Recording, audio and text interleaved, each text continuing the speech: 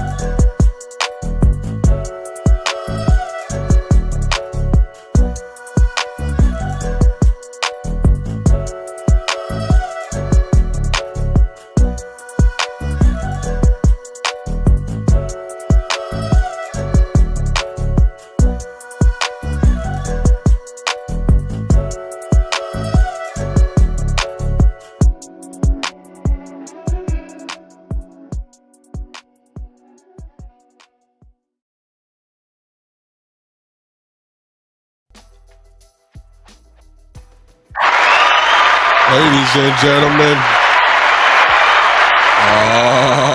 oh yes, I'm in the building. Like Flair coming out of the floor, baby. It's showtime, y'all. It is showtime. It's showtime. It's showtime, y'all.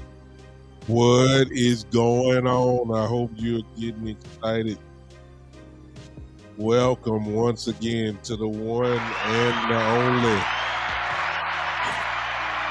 This is Big Time Show. It is 3 o'clock Central Time my way, which means it's time, y'all. It's time to go ahead and crank this thing up. What's going on, everybody? I know that you're enjoying yourselves like I have. Great day. Day full of football. Football all day long. College football is just dominating everywhere. Every channel you have is college football on right now. So I know football fans are extremely excited right now. I'm particularly excited because later this evening or tonight, my own nephew, my sister's son, will be playing tonight wide receiver for the University of Wyoming. Devin Body Jr., number 2. They are traveling and be playing the Arizona State Sun Devils tonight. So my baby, my nephew, my nephew is playing tonight, so I'm gearing up for the later this evening to watch him play. My Michigan Wolverines are playing later this evening against Fresno State. So I'm it's just good to have football back. It's about time. We done made it. So football is on between now, I think it's some even playing tomorrow. It's just for the football lovers, it's our time. So all ladies that have husbands that are engulfed with football, you might as well you had all the time in the world. Now here we go. It's coming all over again. It's football time. What's going on, everybody? What's going on? Hope you guys that are here, I hope you guys will share with the show. Share to any group that you know. I'm doing that right now as we speak. This is why I'm not looking at the screen right now. Forgive my manners, but trying to put the show out there if you don't mind. I'm glad to have you here as we get ready to talk Cowboy football. It's time. It's time, y'all. It's time. It's time. It's time. It is time now. It is. It can't be. It's nowhere to run anymore.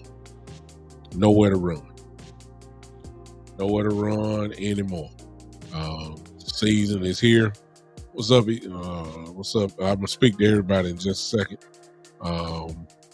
Let you guys come in. Go ahead and share if you can, and bring it in to Lynn. Let's talk. This will be a part 1 and part 2 for me. Probably 2 to 3 series. That's kind of what I'm trying to think about doing. Leading up to the game, at least do 3 shows, maybe 2 at the most for sure. Leading to the game. So today, well, at least for this week, today, Monday at 7:00, we'll do a part 2 leading up for the Brown game, and then of course we'll talk on that Saturday leading up to the game. So we got plenty of time to break down the Browns as best as we can. Of course, I value mostly everybody that comes on my show, because if you come on my show, I pretty much know who you are, with the exception of we're gonna have some new people join us this year, obviously, but most of the people have been rocking with me from day one. I know y'all football minds, so I know I'm not dealing with a bunch of dimwits in the chat.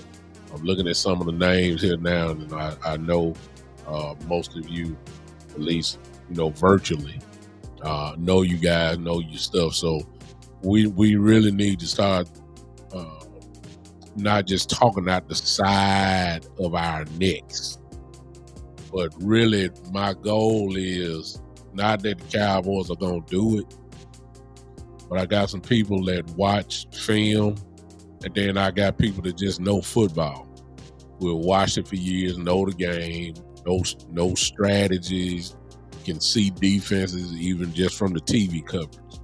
That's what I'm talking about. So what we're gonna try to do, at least on this show, is try to figure out how to beat teams. That's kind of the way that I want to go with it this year, and instead of just being an over emotional fan, I really want to try to figure out ways how we can beat people. We'll be using everybody.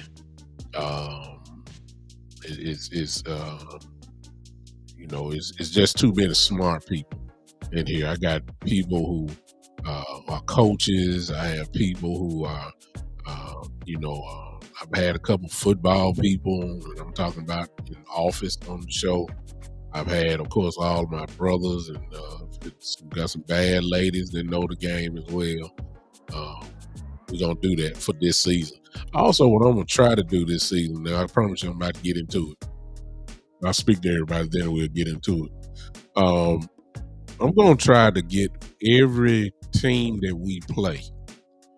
I'm going to try to find a podcaster of that team and see if I can invite them on my show just to hear what they got to say, and hear what they, not for trash talk purposes, but just, a real analysis of what their team is, because just as much as we know the Cowboys, I'm quite sure there's a Cleveland Brown podcaster out there that knows their team just as well as we know our team. It'd just be interesting just to hear if we can bring some people like that on for this season. So those are just a couple things that I'm going to try to do this season. Hope you guys will support me and do that. Listen, before we start it up, everybody hit that like button.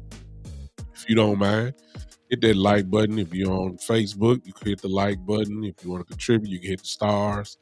If you want to, if you're on YouTube, you can hit the double tap your screen. That will be a like. I don't know if you know that or not. If not, you just push that heart there. Also, if you want to contribute, you can do the super chat. When you do the super chat, it will pop up for me so that I can see it. And the way that I do it here, if you give me a comment, I automatically on YouTube, I will stop doing that. I cannot see if you do stars on Facebook and usually the chat be running so pretty good that I can't read everything. But if you do the super chat, that's automatic for me to talk about that. Let me speak to everybody. Also, let me do this before I do. If you also, there's another way you can contribute as well. And y'all forgive me, it's just what I do. As far as the show goes, if you want to contribute, there it is at the bottom of the screen through Cash App. There it is. Not a requirement for you, but if you want to do it that way, that makes it easier for you and get it. All right. Let me go ahead and speak to everybody since you had the time to come, and then start chatting. I can at least speak to everybody. Joe, what's up? What's going on? Been with me for a while. Shane, my man, what's going on? Shane said, I just wanted you to know I sent you a personal message. When did you do that, Shane? Because I haven't seen it, or maybe I just haven't looked. When did you do that, Shane? Because I need to look at that. If you did that, then I need to respond. I apologize if you did it before. I have not been looking. I'm sorry. E. Kush, my brother, what's up, man? E. Kush in the building. Brian, how you doing, sir? Coach Breed Love, how you doing, man? What's going on? The Conscience. Mr. Kevin Carr is in the building. What's going on?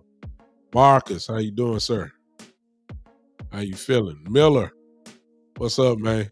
Man, I appreciate all y'all coming in. Let's just go ahead and get to it. Hope you guys stay with me. I know you're enjoying your day. As I said before, I'm starting to get it geared up because my nephew is playing tonight. University of Wyoming wide receiver number 2, Devin Body Jr. Will be playing tonight against the Wyoming Cowboys. Will be playing the Arizona State Sun Devils later this evening. So, I'm super fired up. My sister's son, man, national TV tonight. So I'm looking forward to it. My Michigan Wolverines, as I said before, Fresno State got to come to the big house. They in trouble. It's just this simple. Ain't nothing else to talk about. I'm ready. I'm ready to go, man. I'm fired up, man. It's good football time, man. Y'all, I love it. I'm just ready to go. He said one thing, please don't invite the haters in. I ain't seen them, man, since CD got paid. Since CD got paid. So, they said he wasn't gonna get paid. I ain't seen them. So, they wrong. Yeah. Appreciate you, Marcus. Yeah, go on check them out. It's a late game tonight, real late. They on the West Coast tonight. So I believe it comes on at 8, 9 o'clock. Where I am, I'm in Memphis. So I think it's at 9 o'clock tonight or 8:30 or something like that. So I'm gonna be up tonight, watching him play tonight. So I'm excited. Number 2, and I'm gonna have him on the show too. I texted him yesterday before they got on the plane. Told him, let's go, let's do it. It's your time. Let's roll.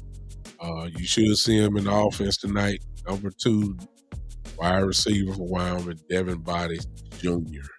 That's my nephew. I changed the diapers, you understand? I did. Yeah. I'm super proud. He got a shot too. I understand that there be some scouts there. He ain't no first team All-American wide receiver, but he has caught some attention from some scouts.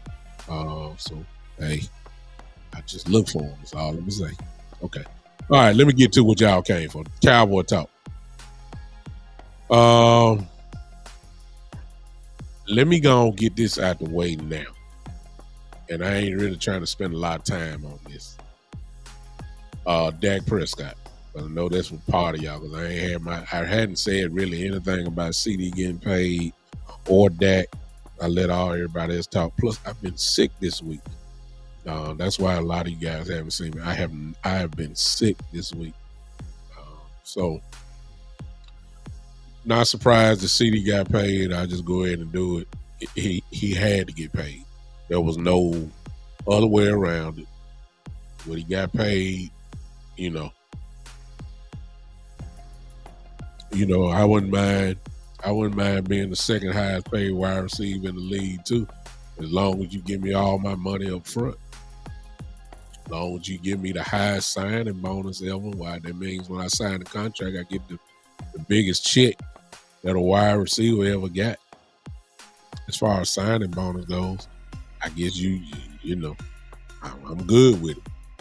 So it's really no surprise. It's more of a negotiating thing. You know what I'm saying? I think CD wanted 3 years, and Cowboys wanted 5 years. They met in the middle with 4. There it is. Ain't nothing really to talk about. CD had to be signed. It's no ifs, ands, or buts about it. That was the market. It was, you can't avoid it. He's the top 2, top 3. Some will say he's the best wide receiver in the game. Whichever way you want to rank him, he's definitely top 4, top 3. To me, he's probably the second best to me. First or second, pick your choice. He had to get paid, and the market demanded his salary. So that's, whether you think it's too much, whatever the case may be, it's the market, and he's one of the best. And he should have got what he got. Just that simple. Now, Dak Prescott, on the other hand, there's a part of me that don't believe that the Cowboys, in particular Jerry, wants to pay him. I wouldn't be surprised. That's a part of me. Now, I might be wrong. And then there's also a part of me that really believes, y'all, that Dak Prescott does not mind being an unrestricted free agent. I mean, he's so close to it. I mean, where whatever you think he's going to get paid now, you can add about an extra $3 to $4 to $5 million more automatically. If he just do what he did last year, hey, Robert, I see you. He's y'all crying about 58 and 60 million. Shoot, you know how free agency goes. It's a bidding war. Somebody's gonna offer this man next year if he gets the free agency. If he doesn't sign, in other words, he's gonna demand 62 to maybe even crazy $65 million a year. It's going to happen. It's either gonna happen now or it's gonna happen later. It's either gonna happen later with the Cowboys or it's gonna happen later with somebody else. It cannot be avoided. Now, if you say with somebody else, so be it. Dak is going to be just fine. Throw up another 4,000 yard year, throw up another 30 touchdown year, have great field, percentage like he always does. He is going to get, especially if he gets to free agency where it becomes a bidding war, he's going to get his money. It's either now or a few months from now in January or February or whatever. It's going to be Dak Prescott time. So he's in great shape. Dak is. Know that the war, Jerry running his mouth like he always does and all that. If I'm Dak, see, let me go back. See, this is why I was saying, if y'all remember a few shows ago, I was saying the thing that I hate about Dak is he's just too nice. Because he could have forced the issue. That's why Jerry would say, well, Dak is here, so there's no urgency to do it. And, we got time because Dak is here. See, right there, they tell you. Jerry said that just last week. He said, Dak is here. And I see, CD wasn't. See, Zach Martin wasn't last year. See what I'm saying? Zeke Elliott wasn't. DeMarcus Lawrence wasn't at the time. They got paid. See, the nice guy approach will get you treated like anything, like they take advantage of you. That's why I was saying I wish Dak would get some dog in him instead of talking about it like he did last week. I don't care what Jerry says. I don't mind if it is what it is like that. See, since they're doing it like this, and who knows? Maybe they're negotiating as we speak. Who knows? Who knows? Hopefully, maybe they are, maybe they're not. But if I'm Dak Prescott, if something is not done before week 1, I'm making it very known. I'm not talking about the contract anymore until the end of the season. Or I'm not talking about a contract anymore until the off season. That's what that means, whether it's playoffs, whether there's, as y'all like to say, 1 and done, 2 and done, whatever. Not making the playoffs, whatever the case. If I'm Dak, I'm not talking about a contract until after the season ends for the Dallas Cowboys. That's what I'm talking about. Don't come talking to me about that. Don't come talking to me about no money when you say I'm throwing 4 touchdowns in one game and I'm lighting it up, because y'all the ones that like to say now he only does things in the regular season. Well, here come the regular season. So he about to crank it up then. Since y'all give him in y'all own reverse way, some of y'all give reverse credit to him because he gonna light it up in the regular season. Well, that means it's his time then. So if I were him, I wouldn't do anything. If a contract is not in place, an extension is not in place, if I was Dak, I shut negotiations down until we see you in February. That's what I would do. He a nice guy, so we'll see. If it's not done before kickoff against Cleveland, I'm shutting it down. I don't care what Jared does. I'm not talking about the contract. I'm instructing my agent, let's chill out. We'll get it together in the off season. That's what I would do. You got to take a stand sooner or later. Just can't let people treat you like that. It is what it is. Now, I personally don't believe that I believe it's the plan of the Cowboys to not do it. That's me. I don't think they're going to because they could have already done it. They know what the market is. They know that. Now, here's the flip side. Jerry Jones not stupid. He knows what that cap hit is going to do this year. He also knows that if Dak walks, he knows that $40 million is on the books, whatever it is, for next year. You're going to be paying like he's here while he with another team. Then you got to pay another quarterback some type of money. So you're going to be paying really essentially 2 quarterbacks next year. That's just stupid business. It's stupid. It just doesn't make any sense not to pay him. It does not. You just handcuffing the franchise.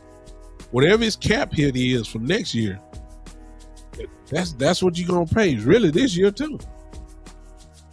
It's called dead cap money. You don't want to pay that the big thing like just handcuffing the franchise. The man is playing somewhere else. It just does not make sense. You're not paying him per se. You're paying the cap. I'm just saying it's crazy. Then you got to pay another quarterback. So you possibly going to be paying right at $65 to $70 million a year for 2 quarterbacks. One of them won't even be on the team. It just don't make any business sense at all. It just does not make any business sense. So I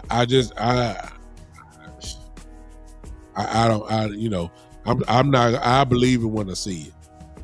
Jerry Jones is. Sometimes it costs to break up sometimes. Maybe that's what they're thinking. We'll see. But forget that. Dak is here. Let's talk Cleveland. All right. Let's go. I'll let y'all run the show real quick. Everybody get ready to type out. I'm going with the majority. I'm preparing for both. Let's talk. Do you want to talk the offensive attack against Cleveland first, or do you want to talk the defensive attack against Cleveland? So in other words, which one you want me to talk about first? Offense or defense? I may not do both today. That's the reason why I'm going to ask y'all now. I'm preparing for both. Type it in real quick. You want to talk offense or defense? I'll let y'all run it today. Come on, type it in. Type it in. Type it in. Which one you want? Robert King says defense. I don't know if I spoke to you, Robert, but I appreciate you. Marcus, that's 2 for defense. That's 2. Come on, y'all. Got a nice little crowd in here right now. He could says offense. That's 2-1 right now. 2-1. I'm gonna type it in. Offense or defense. I'm prepared for both. Depending on our chat here, I might get to them both. If not, that'll be part of what we talk about on Monday. I got 2-2. I got Shane says offense. That's 3. Joe says offense. 3. That's offense. Anybody else real quick? Kelvin, that's 3-3. That's Kelvin says defense. That's 3-3. Miller says defense. That's 4-3. All right, that's 4-3. I got about 25 people in here. Only 8 have said, 7 people have said something. I need some more now. Let me get, well, y'all just dropped it right there. Let me have some more. All right. Let's go 5, 4, 3, 2, and 1. We're going defense. And we might end up get to offense anyway. All right. So it's not, it's a long continuation. Like I said, it's just part 1. So I'm quite sure I get to do it maybe 2 or 3 times before we finally play. Let's go defense. All right. There are some things here that we have to address first with the defense. Number one, most importantly, Mr. Bland is not there. Deron Bland will not be there. That by itself causes some more, I guess, some type of corrections or different strategies to defense, because we're not talking about just any other cornerback. We're talking about an all-pro cornerback that will not be there. Talking about a guy who gets his hands on the ball. Talking about a guy who had pick sixes and set a record last year. We're talking about a guy who covers people. First team all-pro, all Pro Bowl or Pro Bowl cornerback. He's not there. That's the first thing. Number 2, and I think you got to pay attention to it. We do not have Sam Williams. We do not have Dorrance Armstrong. We do not have Dexter Fowler. Just with those 3 guys there, that's a nice little portion of sacks that are not there. And the replacements that we have put there in place, still some question marks.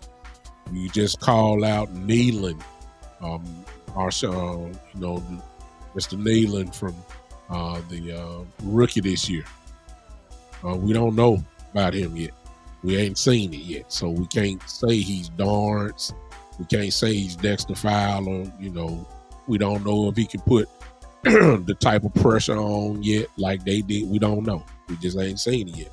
I'm not saying he can't. I'm just saying he's a rookie. We signed some more edge guys, but number one, we got to know who's going to line up. I mean, are they going to be in uniform? I saw that we signed Carl Lawson. People got excited about him. Then he got cut, and then we re-signed him back to the practice squad. So I'm not even sure if he's going to even be dressing. See what I'm saying? So I don't know.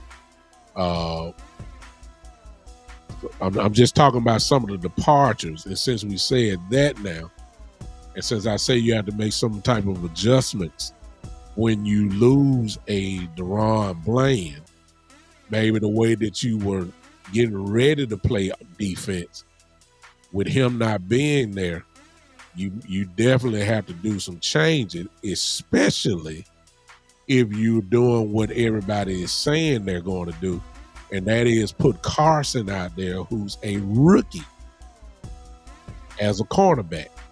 Now, I don't know how y'all feel about it. Unless it's Jalen Rams or somebody, I'm real skeptical about rookie cornerbacks. I just am. It rarely works out. I'm not saying it don't work out. I'm just saying there's some growing pains that has to come along with a rookie cornerback. It's inevitable, you know? And I'm quite sure that the head coach of the Browns, who's also the offensive coordinator, is going to try his best at some point to get Amari Cooper on Carson, rookie. And so, based off of that, you got to make some adjustments, because most certainly, and I guess I'll get into some scheme, and I got a couple coaches in here. If you had Diggs and Bland out there, I'm quite sure you were going at points and times, you were going to have both of them on the island by themselves. I'm quite sure, but, you might be comfortable in doing that with Diggs and Bland as your corners. But a rookie cornerback, you ain't about to go man to man a whole lot. Which is the reason why I'm about to say this. Based off of some of the things that we don't have, and plus of what, yeah, exactly, Marcus. You say we don't even know how Diggs is going to come back. He's coming off a knee injury, even though everybody say he looks great, and, he's practicing it. Even in some of the 7-on-7 drills, but I'm quite sure he's not going there to play. So you're absolutely right on that. But based off of all of that combined, and based off what we've heard for some of the practices, that Coach Zimmer was using some cover 2 concepts in the secondary. Please keep that in mind, because I really do believe that's what we're going to see. I really believe that we are really going to be starting off this season a whole lot in a bunch of cover 2 type concepts, which means you'll be responsible. The corners, linebackers, safeties are responsible for certain areas of the field. And I think, to me, I believe that's a smart way to start it off. Losing Bland makes a tremendous difference. Tremendous difference. You can't minimize that at all. And and then you're talking about a rookie. I don't even think Booth, the guy that we signed, traded for with Nashawn Wright, I believe all of them will get time. But I don't think you're comfortable with putting Booth out there as your starting corner. And the only reason why I'm saying Carson is because Carson has been getting a lot of publicity, and he's, according to what everybody said, he's looking real good in camp. He does. He looks good from what they say. But the only thing that I was saying to that was, well, it's I ain't gonna say it's easy, but it's okay to look good against your own teammate who you're seeing every day, and you pretty much by now already know what they're running because you done seen the plays. It's practice every day. They're running slants. They're running comeback routes. They're running go routes. But what happens when you go against teams that run dig routes and end routes and stop and go routes and slanting go routes and all post, skinny post? Every team got different concepts. it's easy to look good when you know, like that. Let's see what he does against an Amari Cooper and those are all, all the other guys there. We'll see. I'm not trying to knock him, but the way that you get out of that is you run some zone and hope that the pass rush gets home and makes the quarterback, Deshaun Watson, throw the ball a whole lot earlier than what he wants to, which is why that's where a Bland and a Diggs specialize in. That's why all the turnovers come into play. When the ball have to come out quicker than the quarterback does, they eat off that. A Bland and a Diggs does, but I can't speak to that about Carson. I can't. I mean, I don't know. Who knows? He might come in and might get a pick. He might. But he ain't Bland. Now that I do know. He ain't Bland.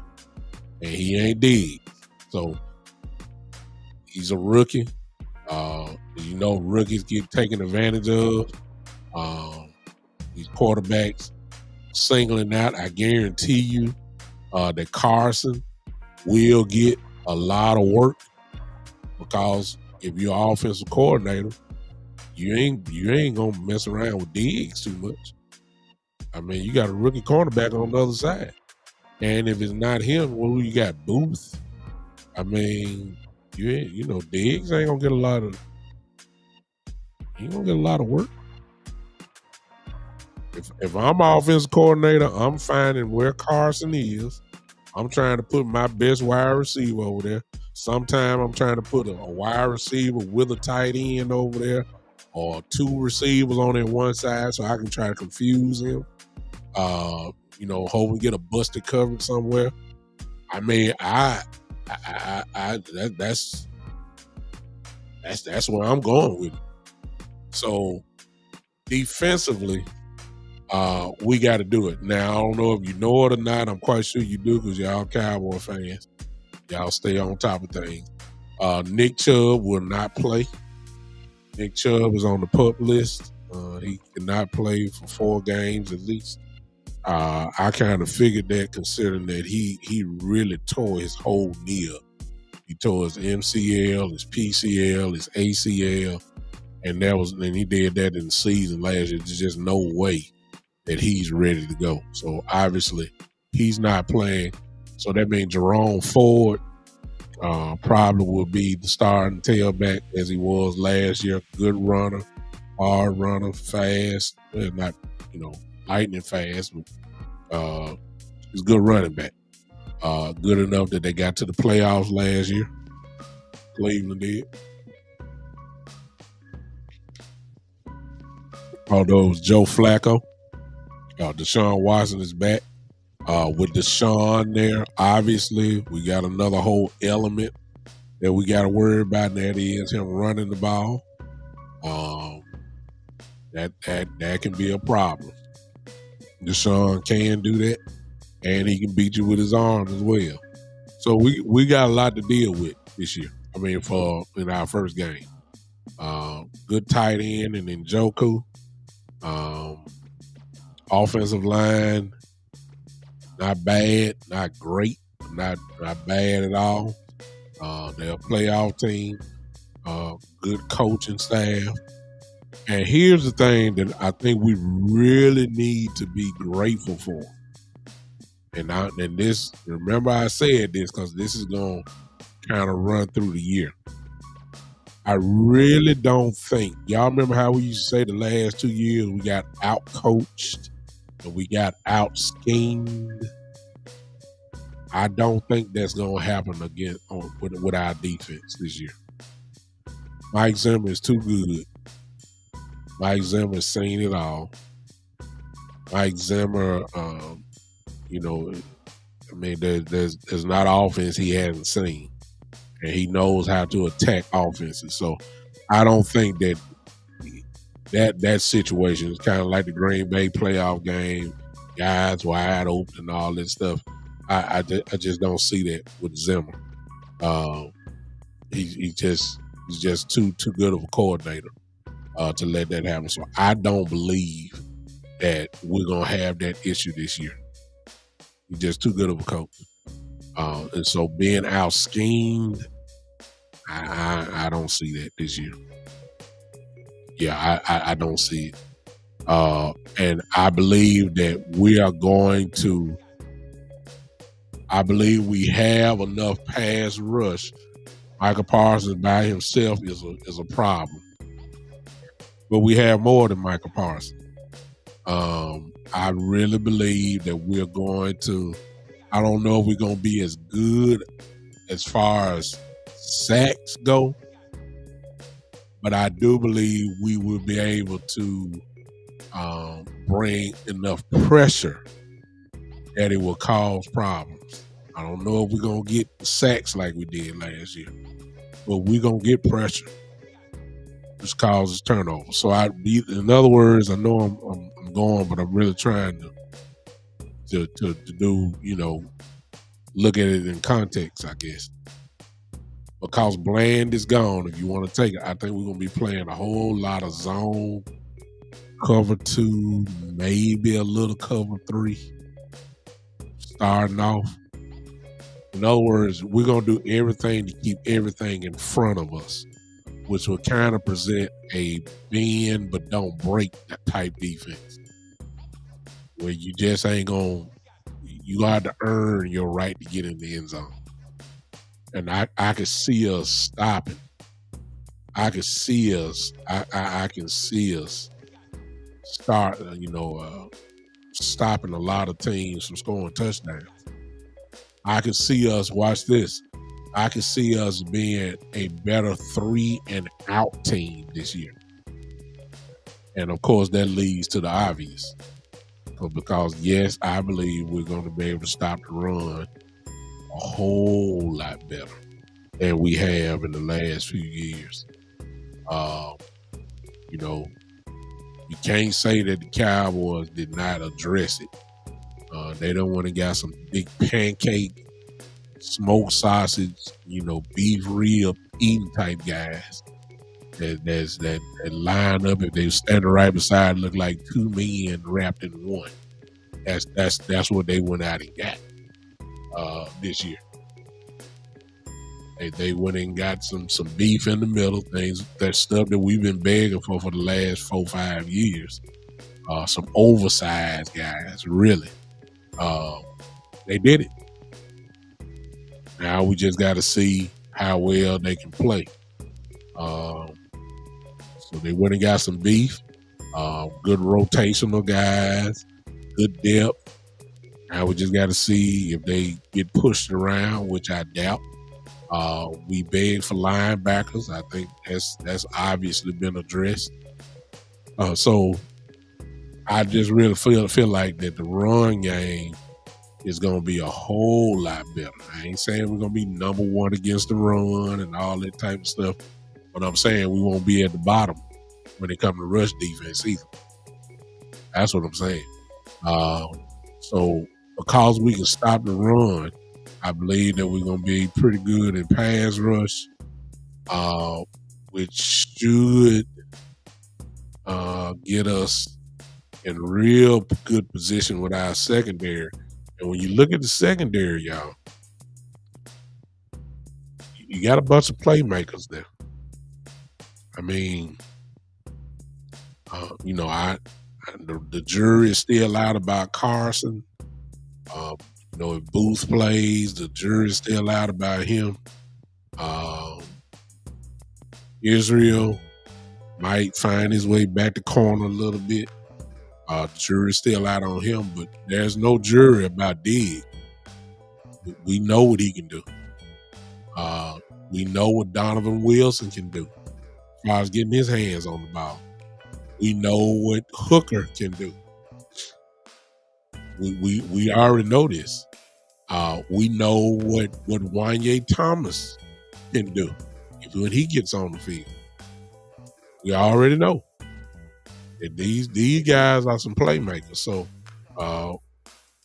if things, what's up? Hey, Miss Regina, how you doing? Thanks for popping in on. we know what some of these people can do. So if we get the right pass rush, which I believe we will, we stop the run, obviously. That's what we're going to have to do. Now, against Cleveland, because they are an AFC North team, and they're just a certain brand of football that the AFC North plays. They run the ball. And then I've also believed that they're in the, I believe it when I see it type of mode. In other words, everybody knows that the Achilles heel of the Dallas Cowboys defense is stopping the run. Well, that falls right into their powerhouse, their wheel. Their wheelhouse, especially when Chubb was there, they are running football team. That's what the Browns are known for. They are a running football team primarily. So I believe that they're going to test us out, and we're going to have to show them that it ain't going to be easy. That you're going to have some problems against the runs. I believe that's what Cleveland's primary objective is to do. They still got Amari Cooper, who still can cut you alive, depending on how you play. And Njoku is a real good tight end. The other side, I forgot the kid name, which is on my mind. But they got a good receiving core, and they got good running backs. And Cleveland is getting better and better every year. And then of course, there's a big difference between Joe Flacco and Deshaun Watson. I mean, and just be truthful. Deshaun Watson can hurt you badly. And so defensively, we're gonna have to put pressure on, but we're gonna have to be disciplined. Even in our rush, because Deshaun can get outside you and destroy you running. Now y'all know that. And so you just can't be just wide open. You really got to be, this makes sense, a responsible rusher. If your job is to set the edge while rushing and over, just come from the edges. Don't try to dip inside. Stay out there. He probably gonna come to you. I'm wondering if we're gonna have, and I'm quite sure that we're gonna have this during the game. When you play quarterbacks like Deshaun Watson, and we start talking about the quarterback spy. And I also feel like that for this game, we probably will have some instances where we're going to have quarterback spy. I forgot, I saw this comment earlier. Shane said that as good as Mike Zimmer is, I feel like McCarthy will be the one that will cost us at least 3 games with his lack of game management skills. But it's offense. I ain't quite got to the offensive side yet, but I understand what you're saying. I can get you off there. Oh, yeah, there we go. I would agree. We just gotta see on that. But I think that we need to incorporate the spy. Whoever the whoever the spy is, usually it's a safety, but we got enough. We got quick linebackers. Overshown is outstanding as far as speed goes. I'm not saying he's fast as Deshaun, but he ain't slow. Wouldn't be Parsons, because Parsons need to be trying to rush on obvious rush downs. So it ain't gonna be him. You can even get a nickel guy to do that. But we definitely have to incorporate a quarterback spy for this game, starting off. It's gonna be a good test because with Flacco there, you knew where he was gonna be. He's gonna be in the pocket. He has really not a lot of agility or mobility at all. Well, at least in comparison to Deshaun Watson, it's not even a conversation, to be honest with you. So Deshaun presents problems. Deshaun presents some problems.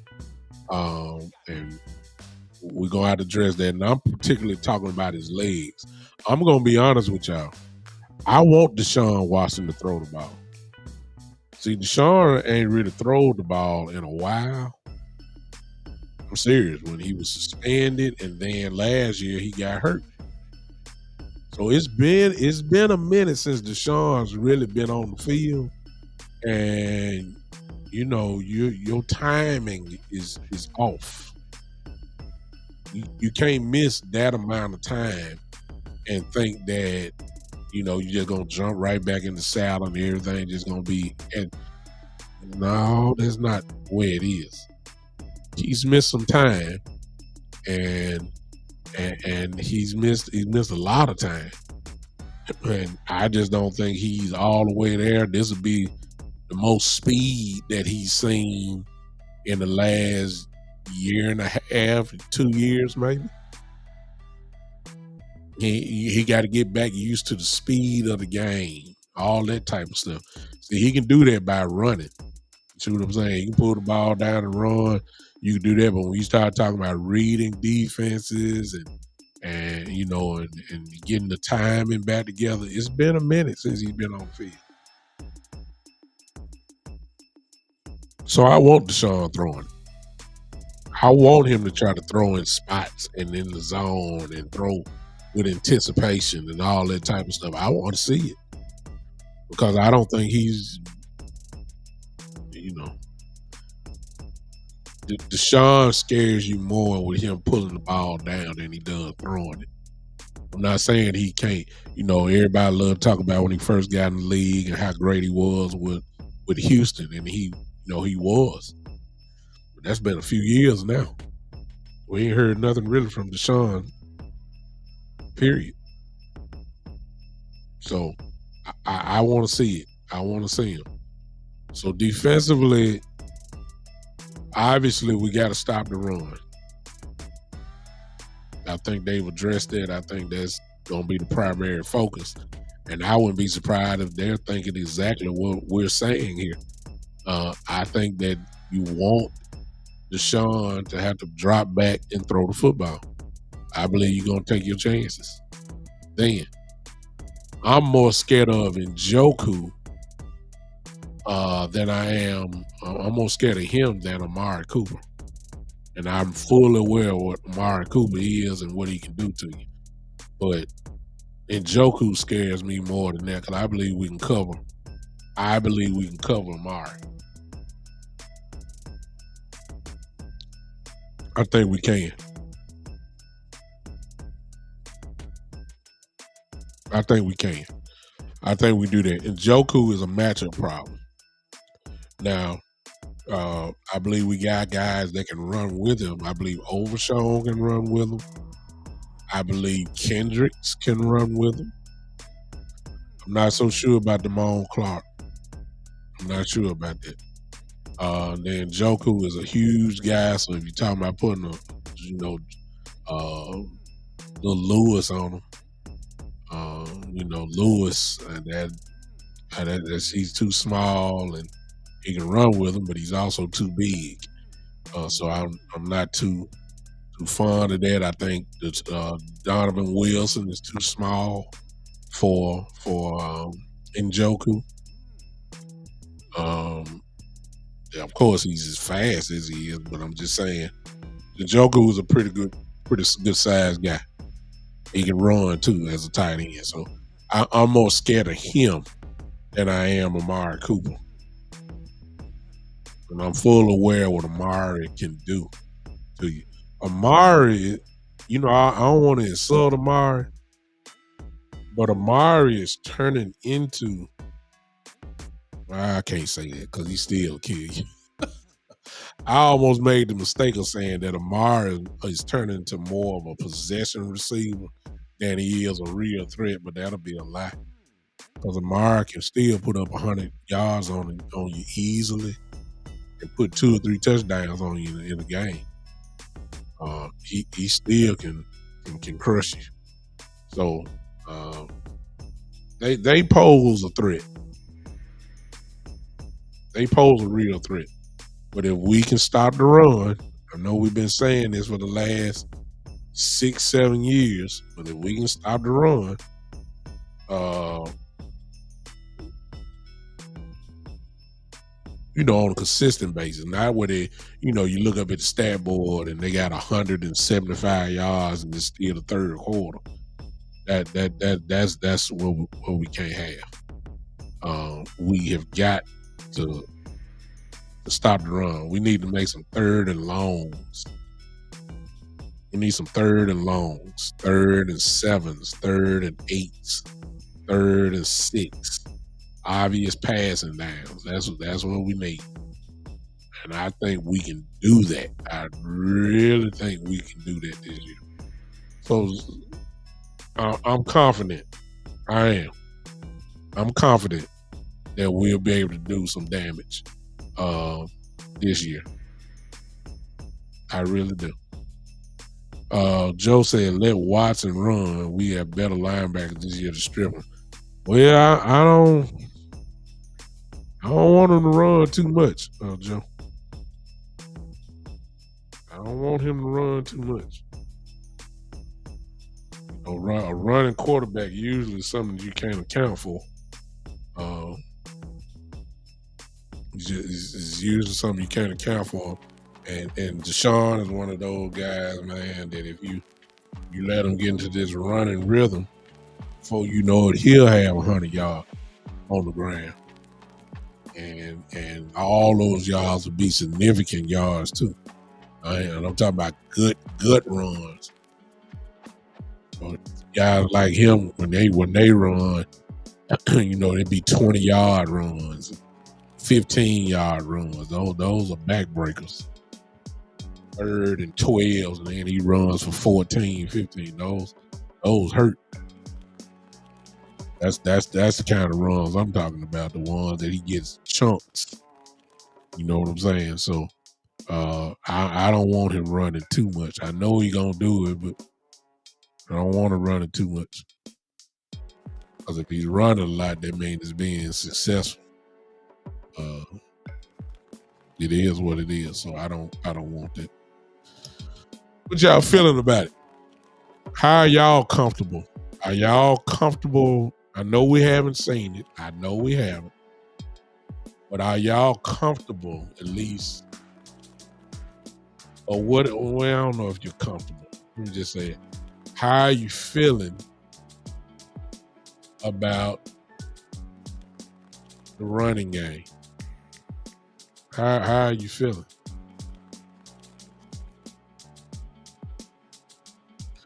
No, Regina. He hadn't done much because Deshaun, shoot, he been hurt.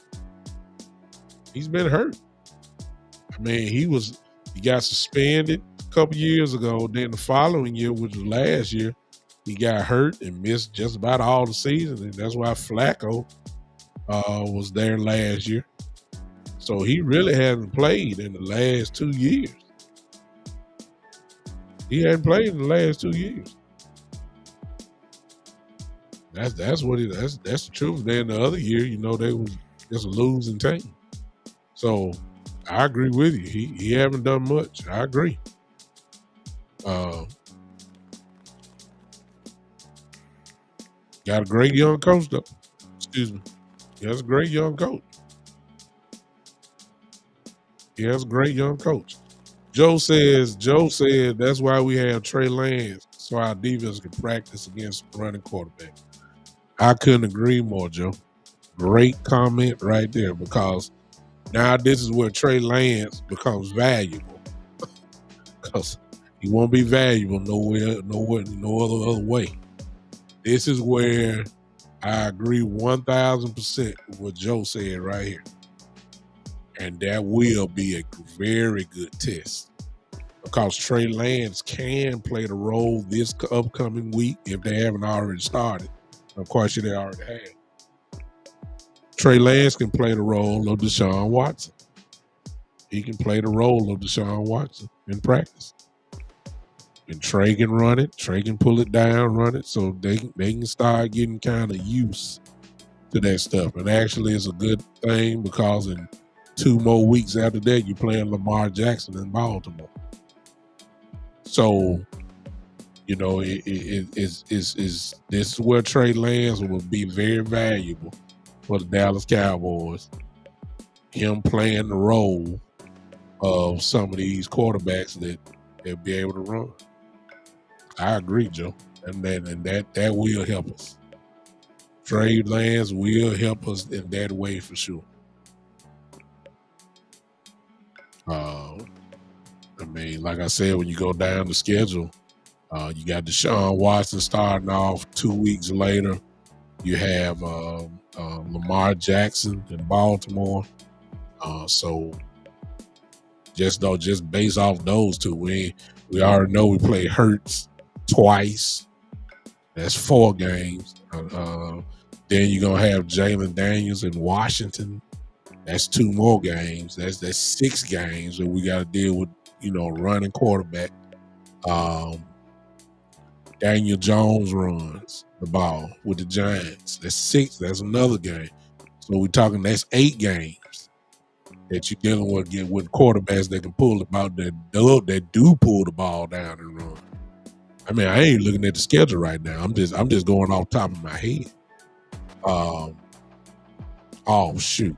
You play Pittsburgh. Pick your choice. Russell Wilson or Justin Fields. I mean, that's another game. That's 9 games that we're dealing with a running quarterback. Let me see. We play NFC North, so that's Baltimore.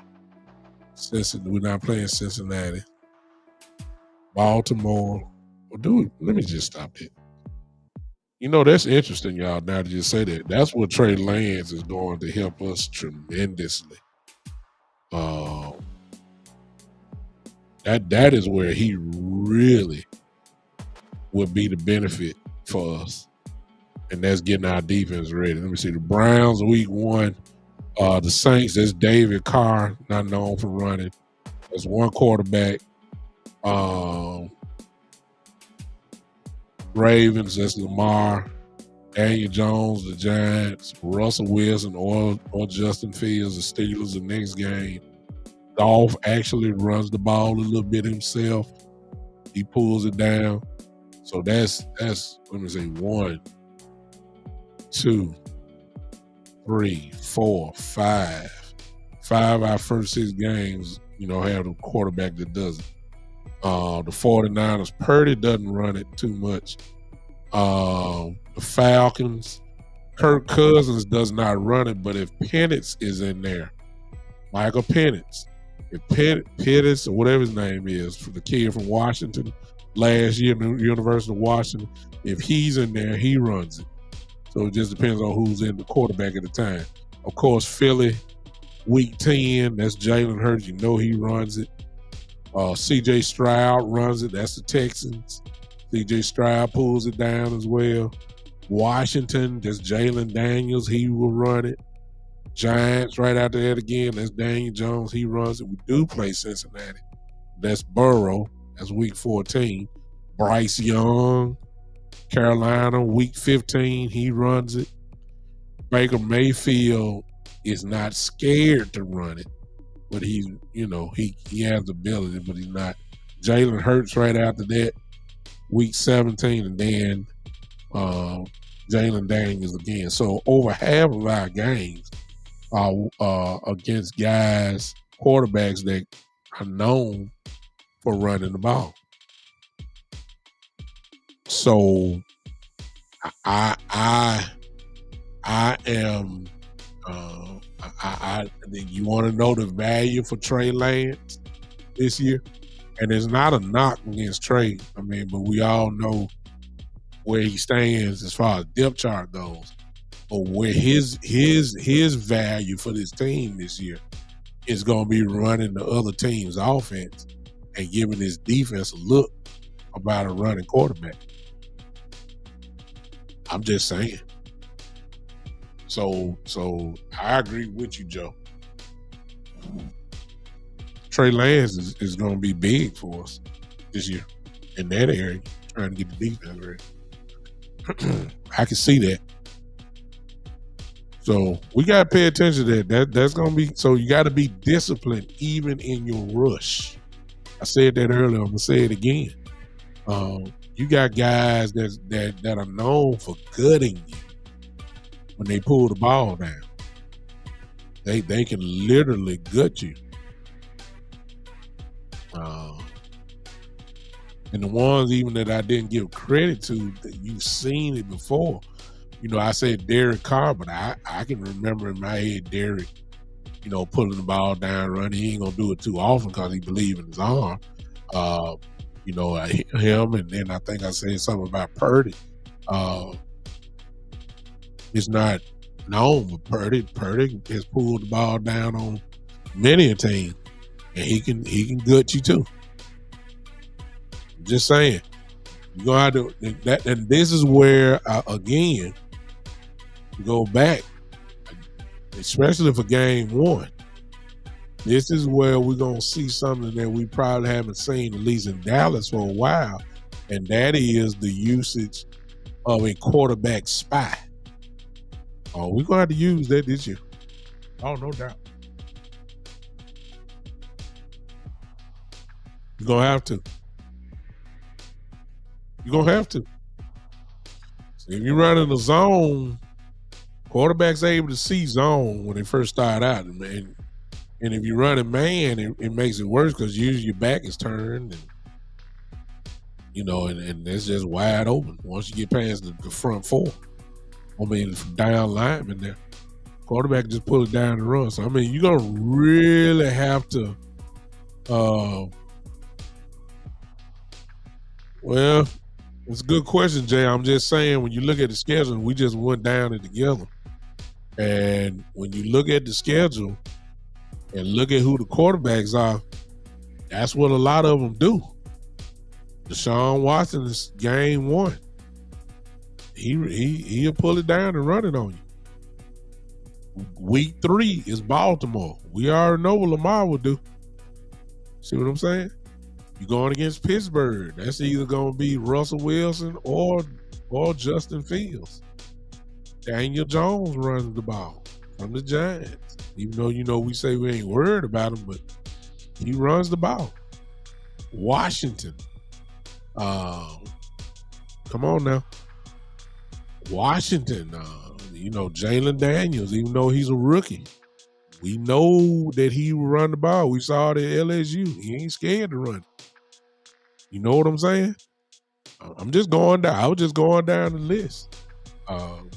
San Francisco, Purdy really just not known for running, but he can run. Joe Burrow may be the only one that you really ain't got to worry about when we play Cincinnati. They don't want Joe running. They don't want Joe Burrow running. He about the only one. When we play Philly, I ain't got to say nothing about Philly. We know what Jalen Hurts gonna do.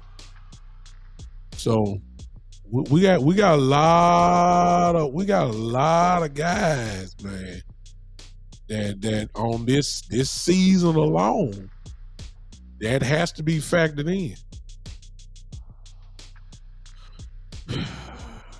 I'm just saying. Good question, Jay. I ain't got to the offense yet. You came in late. I was really talking defense. That's a real good question.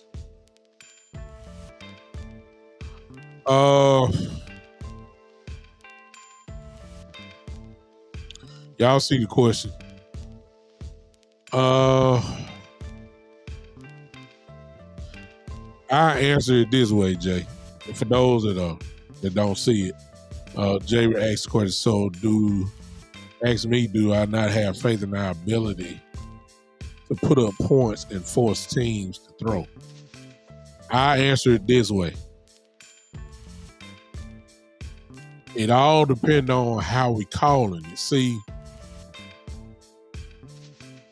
here's the unknown about the reason why I can't compare the offenses to last year and in the previous years, because until I see it, Jay, and that's, I guess, everybody, then I'll be able to really answer your question in depth. But it looks as if we are going to have 2 rookie starting offensive lineman in the lineup now. Now, I'm just saying, I'm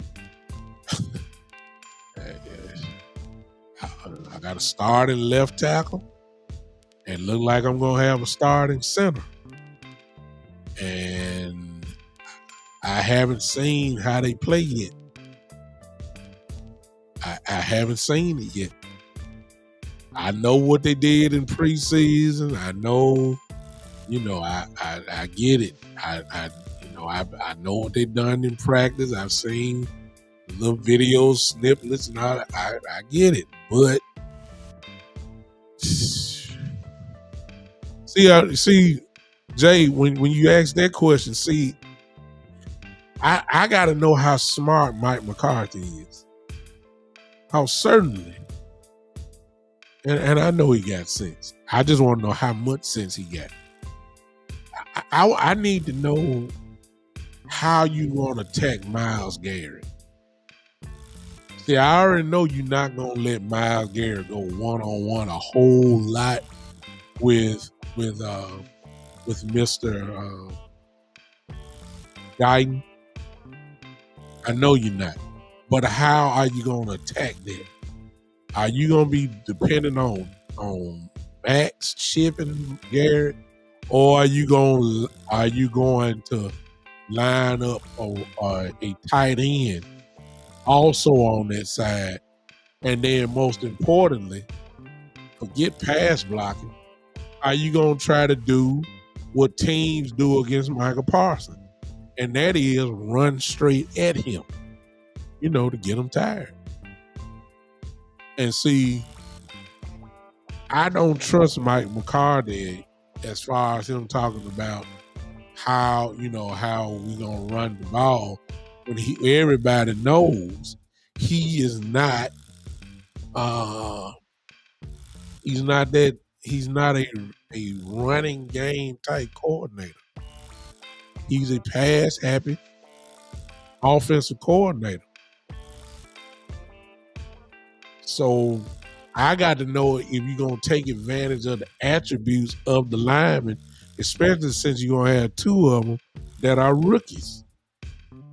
See, you do me no good if you're going to have Dak Prescott line up in shotgun throwing it 38 times a game. All that's telling me is my two rookie offensive linemen going to get attacked. They're not going to attack. They're going to get attacked because they're getting pass blocking. They're pass blocking all the time. In other words, they're going backwards. BB is known as a mauler. We've all seen that. BB will utterly destroy you. Guyton is got it in him, but he was known more of as a guy who had kind of quick feet and can get to a spot and all that. But what we've seen so far in the preseason and what we've heard about in practice is that Guyton is a mauler as well. So if that's the case, then the best bet to get them really involved is to go forward and lay on guys. In other words, you got to run the ball. That goes against McCarthy's thing because here's the truth. The strength of your offense is your quarterback, your wide receiver, your tight end. Just like it was last year. That's the truth. That's just the truth. Your strength of your offense is your quarterback, your number one wide receiver, and your tight end. It ain't the running game, because it ain't never have been really featured. Not really. Not the way they keep talking about it. So you got a committee, quote unquote, of running backs. Okay. Are you gonna use the committee? I mean, there's fresh legs everywhere. Are we gonna go with the strength of the football team? And I understand if we want to say balance, because that's cool. I can deal with that. But history tells me that Dak Prescott is going to throw the ball between 32, 35 times a game. And when we look at the running back stats, your lead back probably going to have no more than 10 to 12 rushes, and your backup guy's going to have somewhere maybe between 5 and 6 runs a game. And you'll be looking at both running backs combined, and you might get to 20. That's not what we known for. However, I'm gonna go on and say this now.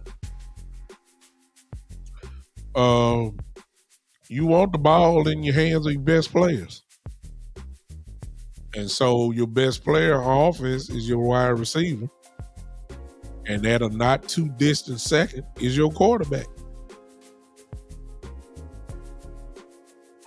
Those are, other than your offensive lineman, and probably in Tyron Smith and then Zach Martin. Those are the best players on your offense. So you want to put the ball in the hand of your best players. And last year showed that, how many targets did CD have? How many receptions did he have? I mean, these things can't be denied. So until I see us really run the ball like everybody say we're going to run it, then I'll change my mind. But until then, I don't know. I don't know. And I believe that, I see you, JV. Boy, I think you said that the running game was statistically will improve this season. I agree. And thank you for putting that caveat in. If called correctly, I agree. However, what are we talking about though? What are we talking about? See, this is what you see this is where the talk got to happen for the offense. I guess that's where we switched over. I go to offense now. Quack said the boys are going to be physical on both sides of the ball. Book it. Not if Coach McCarthy calling passing plays, then. Not if McCarthy calling shotgun and bubble screens and passing all. No, we're not. No, we're not. You can't be physical going backwards, getting attacked. You can stop them from getting in and messing with your quarterback and not getting sacked. You can do that, but that ain't physical. The brand of ball that you talking about, Quack, is lining up and knocking somebody in the mouth and moving the man against his will, and a running back falling right behind it and eating chunks out the yard. That just ain't the Dallas Cowboys. It's just not. I said McCarthy been there, and I'm going back to when it was Zeke and Pollard there. That we were begging to run the ball. I mean, we just didn't do it. We didn't. Exactly. We're not. That's what I'm saying. We're more of a pinball, and I can't knock it because y'all keep in mind now that we talking about physicality or the lack of physicality, but at the same time, you got to call it like it is. We talking about the number one offense in the league last year. Y'all see what I'm saying? So we can't say it don't work because putting points on the board was not a problem. You had a quarterback that led the league in touchdowns. We had a number one wide receiver that, we had a number one wide receiver that just dominated to an all-pro level. I mean, you can't knock it, but the idea of being physical, that ain't us. And for people to try to sell me like that's the way it's gonna be, And so, well, we got BB now. We know BB mauls up people. BB knocks people out the ball. And then you say, well, we Gang knocks people on the ball. But this ain't the first time we done had a all pro lineman and good lineman. We had that all the time. We still didn't run the ball. We had it all the time. We had Tyron Smith. We had Tyler Smith. We had Biotish. We had Zach Martin. And we had Terrence Steele. We still were passing the ball. So, I mean, I'm fortunate I done seen the Cowboys for a while, and especially done seen the Cowboys under Mike McCarthy's tenure. We just not a real running football team. You got to put the ball in, and again, I'm not saying take the ball away from Dak, because he is a part of the strength of your offense. Hey, DP Johnson, thanks for popping in. I saw you come in when you came in, but I just didn't. I was talking, so let me go back to it. DP says, big time what it do. Big Mike needs to let Shotty cook. Interesting. This team is built for a Schottenheimer offense, not a McCarthy offense. It's built like that, but McCarthy is the one that calls the plays. He is the offensive coordinator. I'm not saying Schottenheimer does not have a role. You know he does. And he come from that Seattle type, physical type running team, but that's just not how McCarthy does it. Just not. He's a pass happy guy who believes in his quarterback. He believes in getting the ball to his number one wide receiver. Jake Ferguson is ascending year after year. I hope we run the ball. I just don't believe it. I hope we do. We're not a grinded out, punch you in the mouth type football team. We just not. And then I'm gonna tell you something else. And see, this is, I hate to start the controversy, but here I go.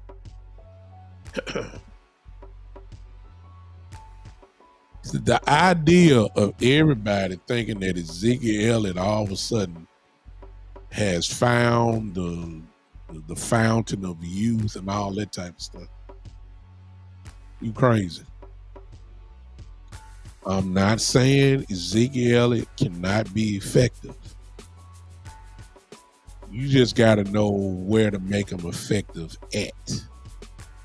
See, if it's first down and 10 from the 30-yard line, and Zeke, because of loyalty to him from this organization, he will be the number one running back. But my question is, what if Rico is the obvious better running back? Will you bite your pride and put down the loyalty and let Rico be the lead back and let Ezekiel be the number 2 back? That ain't gonna happen. Y'all know that too. You know it. So it's first down and 10 with Zeke back there, and you already know what the play gonna be. Y'all know it. Come on now. Y'all know it. Zeke up the middle. Y'all know that. The question is, when second down comes, what will second down be? And I'm not saying it's supposed to happen every time, but what I am saying, if Zeke do this, what I'm getting ready to say every time, then we're going to have a problem. Zeke get it up the middle, first down and 10, now second and 9. And we passing all over the rest of the way. That ain't good. See, you're not running anything outside with Ezekiel Elliott because he's not that guy. He's more of a physical inside running guy. So if you started off with him, like that. I'm not saying Zeke gonna average 1 yard a game, average 1 yard per carry. I'm expecting him to average, his usual 3, possibly. If he can get to 4 yards, a pop, we in good shape. I agree, Regina. I agree. With BB there, they let BB go and hit somebody. I'm expecting it to be better. I agree. If we can get Zeke at about a 3.6 average, 3.6 or above, where it's close to 4, I would love second and 6. I would love 2nd and 5. I just don't need to be consistently 2nd down and 9 or 2nd down and 10. That. See, this is where the fun part from the card is. Like, if Rico gonna give you what you need, are you gonna be so loyal to Zeke that you gonna have Rico getting 5-6 carries a game? That's it. Zeke got 12. Then you look at his stats. It's 12 carries for 30 yards. That ain't gonna get it done. So when we say physicality, y'all see what I'm saying? See, I'm one to believe Zeke ain't that dude. I'm just saying. I'm not saying Zeke can't be effective. See, I need Zeke to kill inside the 10-yard line, especially inside the 5-yard line. Especially from 3 yards and out, 1st and goal. See, this is where Zeke can have 13, 14 touchdowns in the season and don't have the big yardage. That's where he can kill you. 3rd and short, 3rd and 2, 3rd and 1, 3rd and 2 again. This is where Zeke can incredibly valuable. But is he a lead back? Then you're going to get treated like one. And I know everybody's excited about Dalvin Cook, and I am too, because Dalvin got fresh legs. But what I'm saying is, if you got more explosion between Rico, Deuce, Dalvin Cook, and you got this bowling ball and Zeke, and you trying to force it, and there ain't nothing popping off of it, then you're going to make life hard from a quarterback. I'm just saying. So to answer the original question of Jay Bryant earlier, we got to see the game Sunday, not this Sunday, but the game against Cleveland is calling for a smash mouth football game. Why? Let me show y'all something if I can. So y'all got me working now. Let me see if I can do this.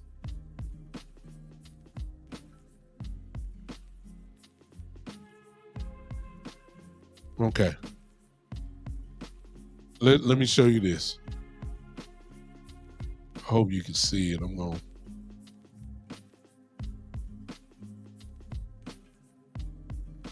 All right.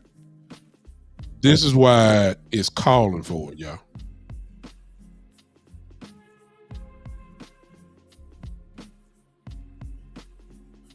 I hope you guys can see that. Let me know if you can see that. I think you can. This is total defense last year. The Browns had the #1 defense in the league last year. I hope y'all can see that. The Browns had the #1 total defense, allowing 270 yards a game. All right. That's total defense. All right. All right. Let's go down. Forgive me for doing this. Passing defense. Again, the Cleveland Browns were the #1 defensive team against the pass last year. They only allowed 164.7 yards per game last year. 164. So they stout on pass defense. Are y'all seeing this? Let me know if y'all can see that. I think you can, but please let me know if you can't, because I can stretch it out more. But the Browns were number 1 last year. Okay.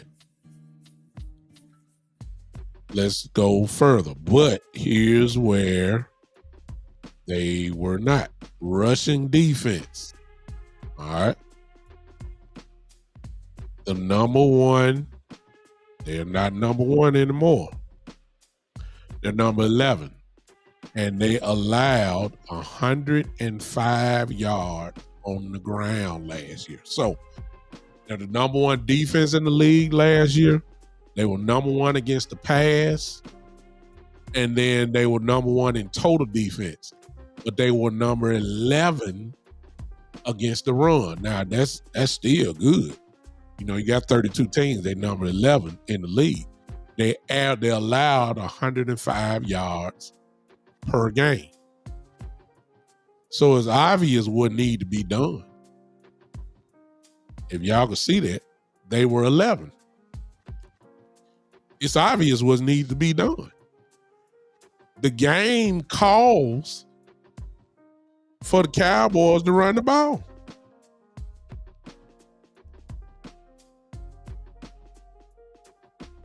I'm just saying. If they only allowed 164 yards, I mean, good God. Quarterbacks had to be real frustrated. They only allowed 164 yards a game in the air. Shoot, CD was getting that by himself.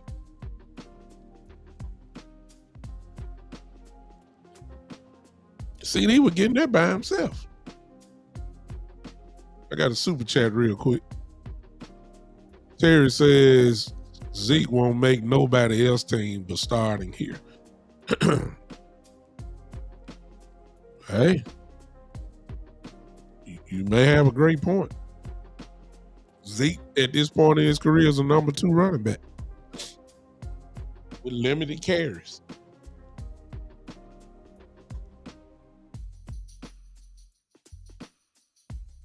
DP, I love you, brother. DP is my kind of guy because I love people that come in and talk. See, it's not debating. It's just the truth. And DP is just giving you an example of the truth with this comment right here. He said, this is why we all want to run the ball, but they've been making Dak 4K gun it since year 4. After Zeke got paid, Dak can win it. Dallas can win in system is better play action than drop back, but won't let him. Exactly. Talking about Dak. This is what it is. And see, you know, it ain't no sense of lining or running back up in shotgun with Dak because the threat of the read option really ain't there. Dak ain't finna run it a whole lot. And I'm gonna say this. I say, see, this has to be said. This has to be said, y'all. This has to be said. Cause see, and what I'm getting ready to say, some of y'all already can feel what I'm getting ready to say. You can't blame him if he don't. And what I'm saying is the read option and Dak using his legs. Let me tell y'all something. If Dak don't have no contract extension done by game time against Cleveland, Dak ain't gonna be in a big rush to run the ball. Dak don't want to get hurt. No, Lordy. No. In a league that punishes you for injuries, in a league that will say, well, we don't know what your leg or your ankle or your knee is like, so we can't really give you the full maximum money until we know, that you're okay. No. So don't even line up a running back and act like you faking a read option with Dak. Because Dak just gonna give it to the guy. Dak ain't running no ball this year if he ain't got no contract there. And I don't blame Dak at all. He too close to the finish line. And yes, Dak has to, and we all know Dak is good at two shoes and got everything right to say and good corporate guy. But just because he ain't saying it don't mean he ain't thinking it. Trust me. Dak got hurt and then was fortunate enough to get his money after he got hurt.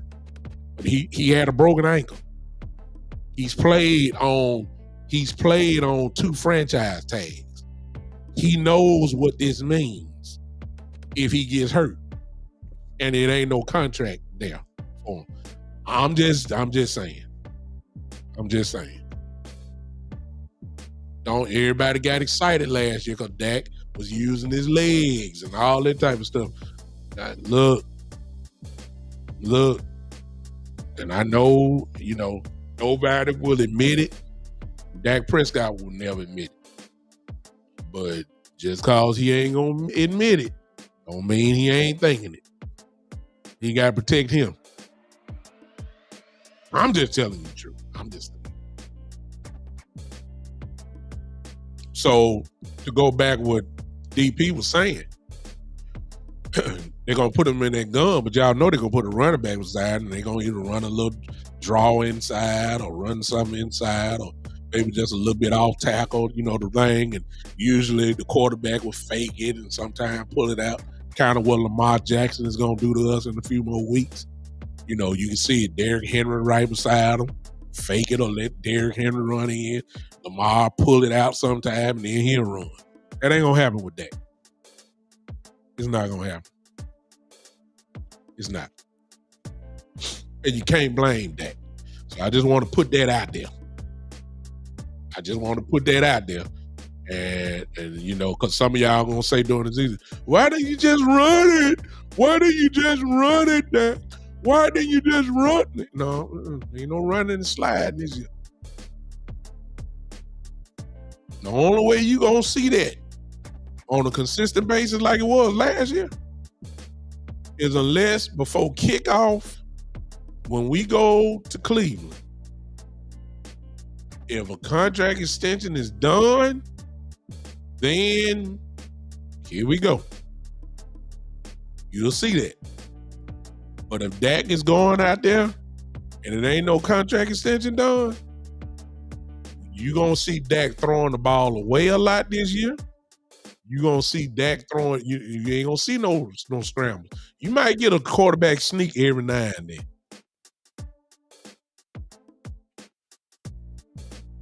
I'm just telling you. Yo, you could have ran it right there. Why didn't you run it, Dak? Why did you right there? You see that is why? No. Nope.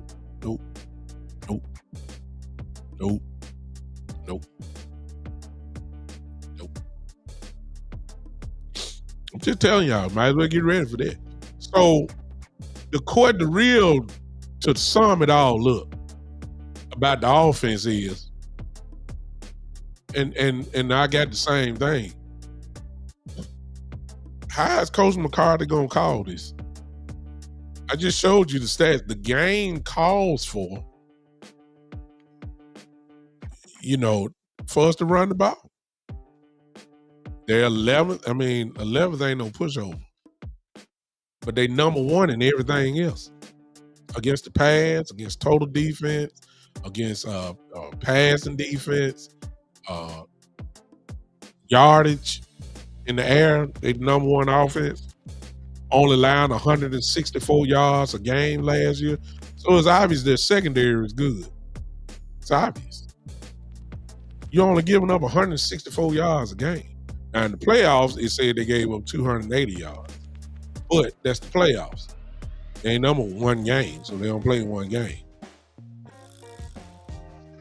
So I'm just saying, after 17 game sample size and 17 games, Cleveland Browns only allowed 164 yards in the air. And we now talking about our quarterback, who was the MVP runner-up, who obviously led the league in touchdowns and is always right at 300 yards or more a game. It's strength against strength. So how is McCarthy gonna call it? Are you gonna have BB going? I mean, you fell in love because he was bowling people over, but he ain't gonna bowl people over if you call him pass plays all the time. See what I'm saying? It's just he might get bowled over, but he ain't gonna be knocking people on their butts if you call him passing plays like he did when Biatch was there. Tyron Smith is an all-pro left tackle, gonna be a Hall of Fame who's with the Jets now. He's not going to the Hall of Fame because he was the best pass blocking left tackle in history. The reason why Tyron Smith was an all-pro and Pro Bowler every year because he was knocking people on their butts when they ran the ball. Mike McCarthy, man, I don't know why everybody getting excited. I think the Cowboys, to be honest with you, when it comes to running the ball, I believe they want to have the ability to run it when they want to run it. And I believe that's what they're going to be satisfied with. I really believe that. But as far as being Dak throwing it 30 times and we done ran the ball 25 to 28 times a game, that ain't going to happen. I don't believe it. I'm sorry. And again now, in fairness to Coach McCarthy, he was the number one offense in the league last year by doing it. So we can't knock it. The offensive, even with Kellen Moore, even though Kellen Moore was pass heavy, guess what? We was the number one offense in the league. Even without running the ball last year, guess what? Still won 12 ball games. See what I'm saying?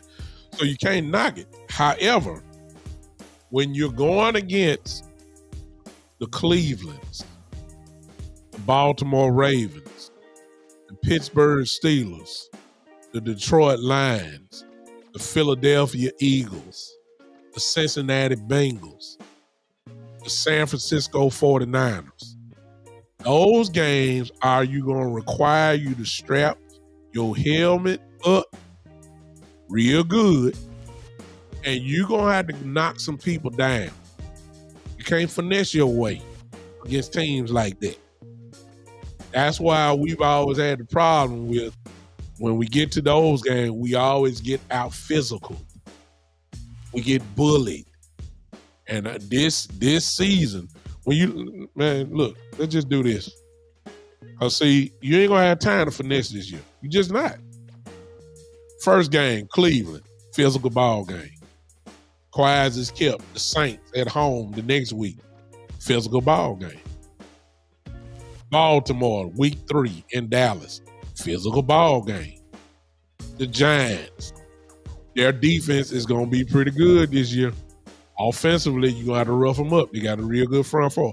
I'm going to categorize it as a physical ball game. Week 5, Pittsburgh at Pittsburgh. Ain't no such thing as a finesse Mike Tomlin defense. Again, physical ball game. You got to knock people out. The Detroit Lions, physical ball game.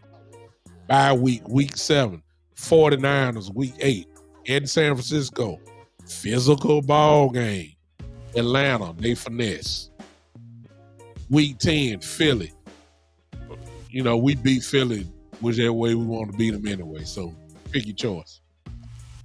The Texans, week 11, physical ball game coming up.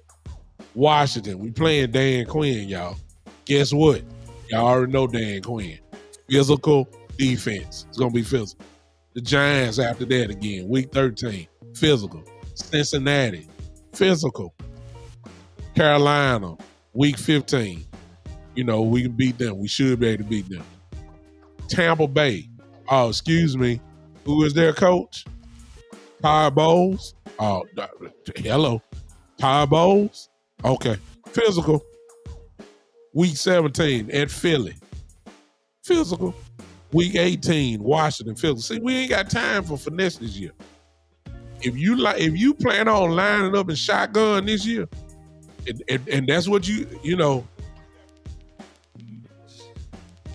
So McCarthy is really the key, man. McCarthy is the key.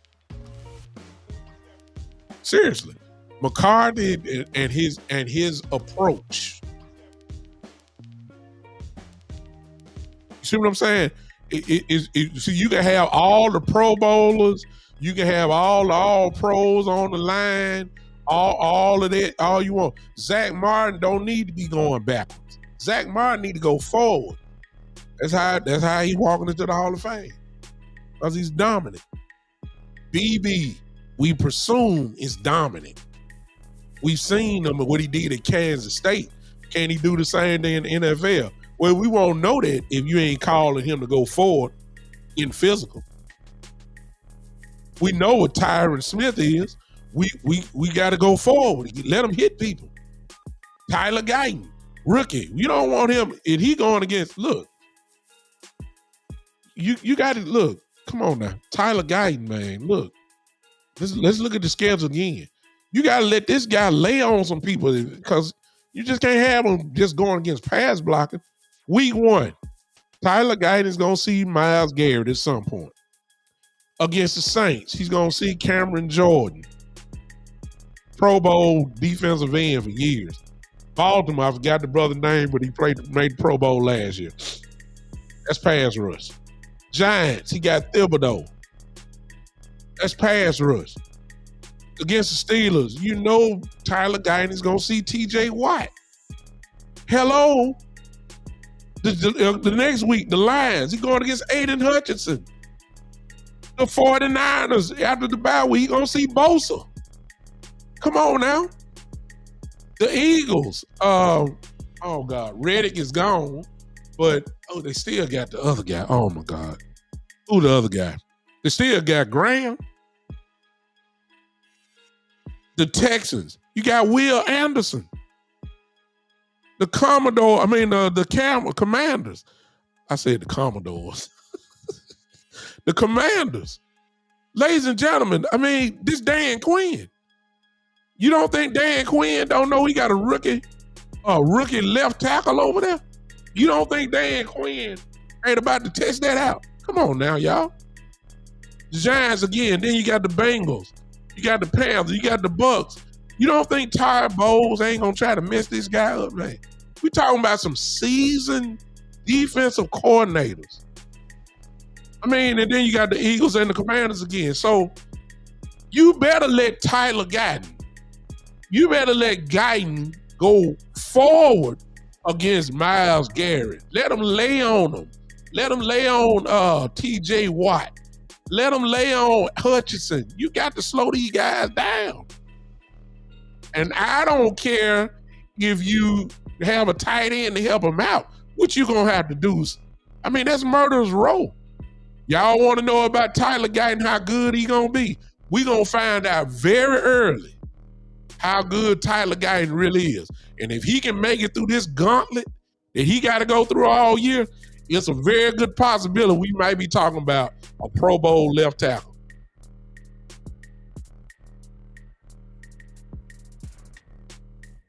I agree, Jay Bryant. You make a good point. I ain't worried about the defense.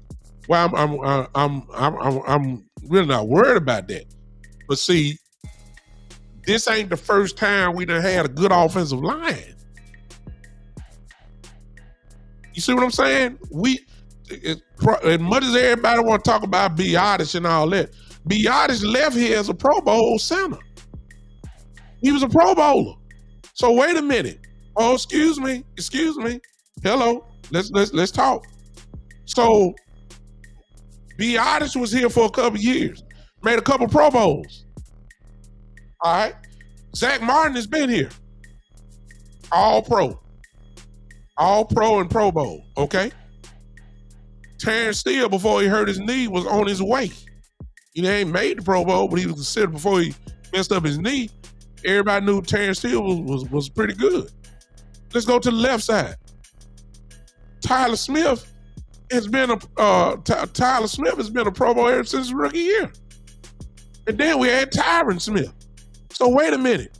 You sitting there telling me We had 4 Pro Bowl linemen, and Mike McCarthy didn't take advantage of it. So if you had 4 Pro Bowl linemen, you gonna sit there and tell me that with 2 rookies, now all of a sudden he gonna get the mindset with a running back room where there really is truly not a number 1 running back.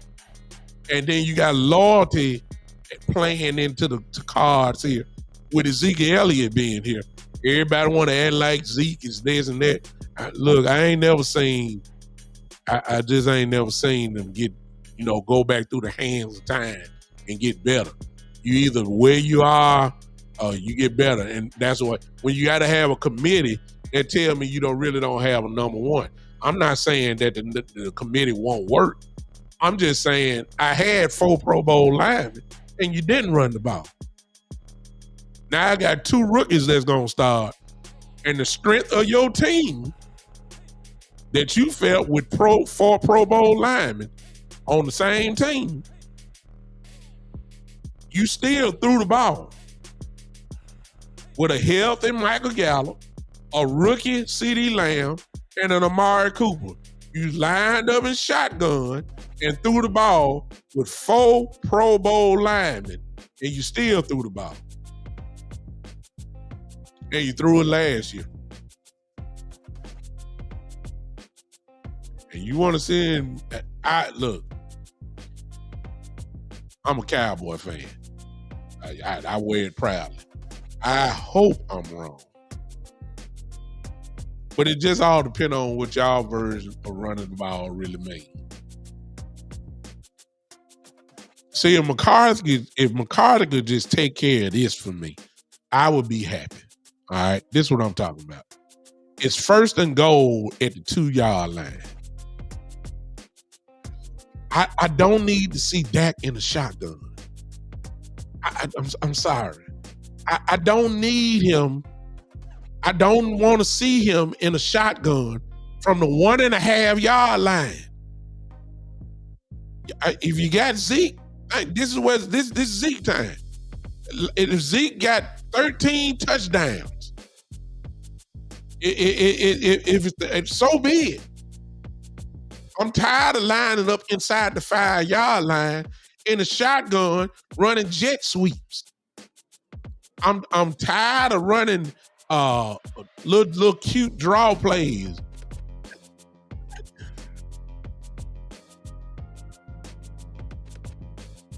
If he can take care of that, line up in a goal line set, line up and knock these guys off the line. You got Zeke who gonna push the pile anyway, at least 1.5 yards.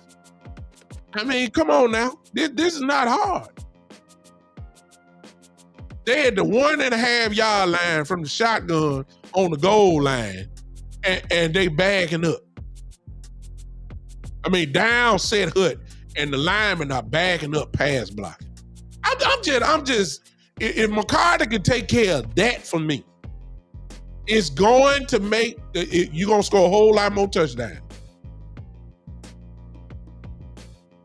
You want to really run the ball? See, y'all got me going into Mondays, and I had to continue this Monday because I've been on for a while.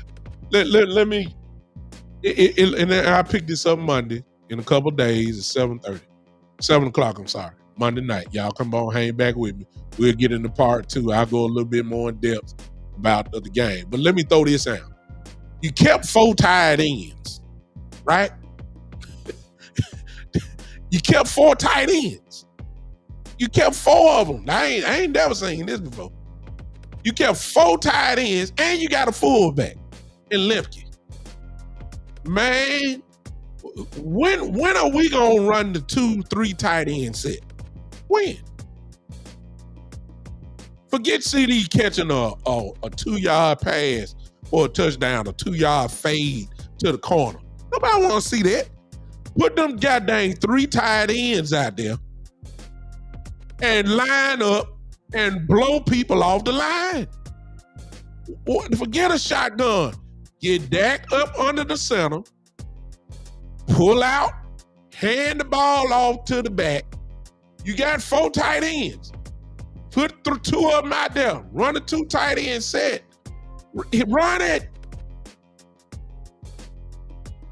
I know we did. I'm just saying we kept it. It was crazy last year to me. I know we did, JVB boy.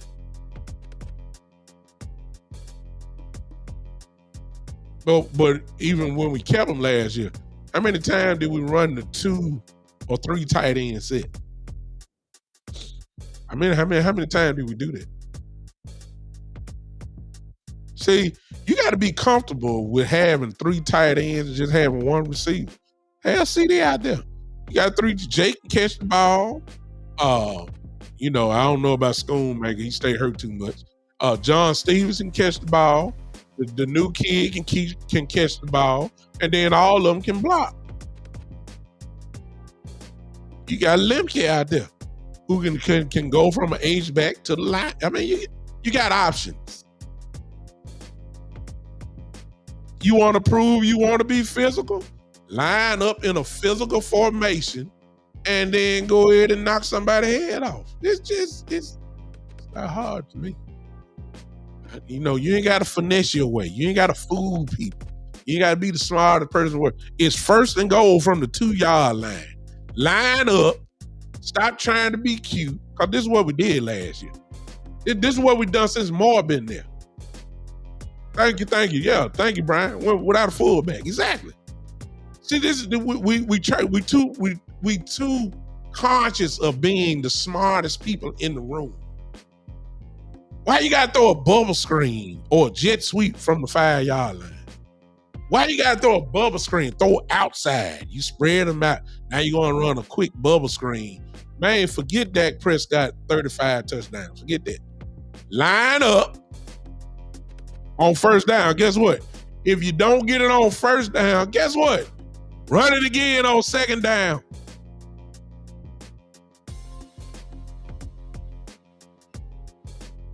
Oh, I'm sorry. Y'all don't understand where I'm coming from. If you don't get it on 1st and 2nd down, run it again on 3rd down. I got Pro Bowl linemen there. I got a Hall of Fame guard. I got a center who everybody believe is a bowling ball in BB. I got Tyler Smith, who's an all-pro left guard. I got a rookie left tackle who seems to knock people off their butt, knock them on their butt too. Line up, run football. That will get you a touchdown on the next go round. But for right now, we trying to be physical. We trying to send a message. We trying to out physical people instead of getting out physical. Let us do it on. Let us punch people in the mouth for a start. Don't change the play. Don't try to throw the fade, the CD, one-on-one. Forget all that. Line up. It's first and goal from the 1.5-yard line. You got a bowling ball with Zeke Elliott right behind you. Forget your stats. Don't change absolutely nothing. Run over folks.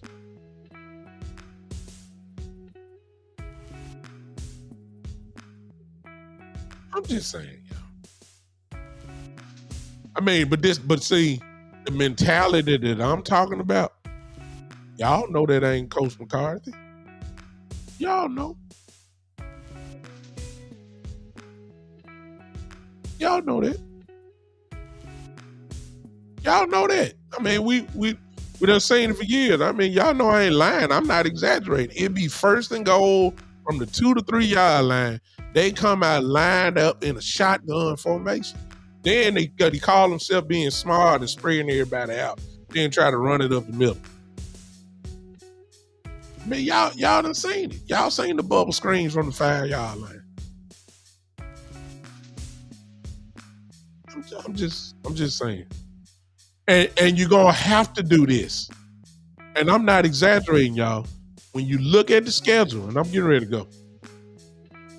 When you look at the schedule calls for you to be physical.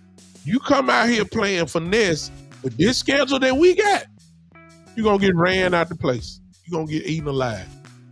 I'm just telling you. It's not a coincidence. And I know I'm going to make some people mad, but like I said, I'm definitely a Cowboy fan and have been one a long time. Huh? I've been a Cowboy since 1977. I'm old. I'm 52 years old. Been one. So my star can't be taken away from me. This right here can't be taken away from me, which means I could be objective about my team without a doubt. The thing for the last 3 to 4 years is that whenever a team came in and tried to play bully ball against us, it worked on both sides of the football. Rarely have we went against a team that we knew they was going to come play smash mouth football and we out physical them. All you got to do is go back. The Arizona game a couple years ago. The Buffalo game last year was horrendous. The Green Bay playoff game last year, just out physical, out schemed, everything. Every San Francisco game out bullied us. Seriously. I'm just calling it like it is. Y'all know I'm telling the truth. Games weren't even close. We tried to meet physicality with finesse. It ain't gonna work over 4 quarters against a team that's usually ready to smash you in your mouth. Every San Francisco game, we done got out bullied.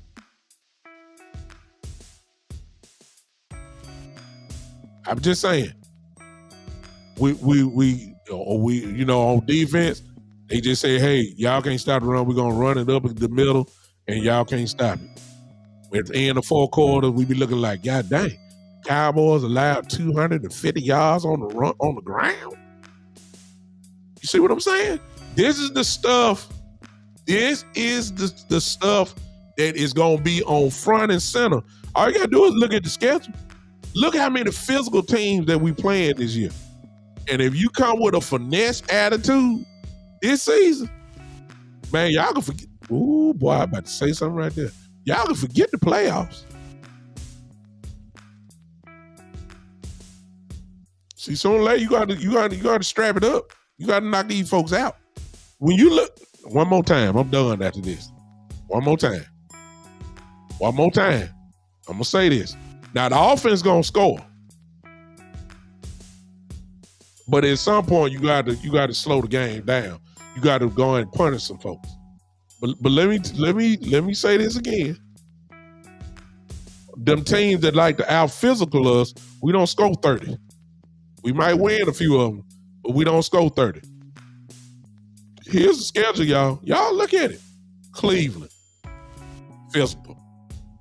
The Saints.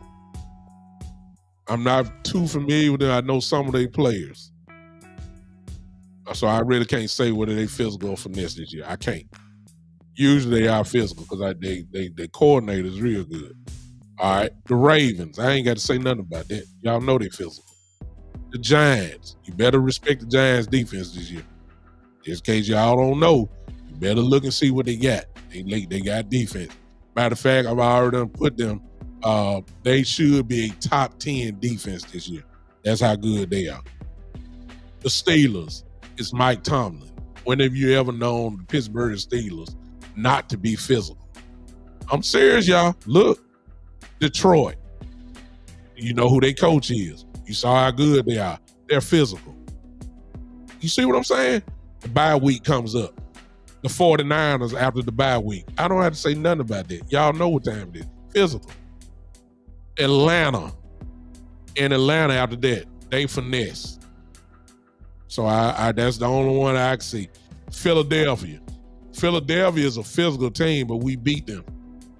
So we know what to do against Philly. All right, then we played the Houston Texans. The Houston Texans look who their coach is, D'Amico Ryans. Physical football team with a physical defense. Washington. Dan Quinn over there, y'all. I mean, come on now. Y'all already know. If they ain't physical, which they are, they will be. It's Dan Quinn. Okay? We might beat them, but that's Dan Quinn. You know the defense going to be there. Then we play the Giants again.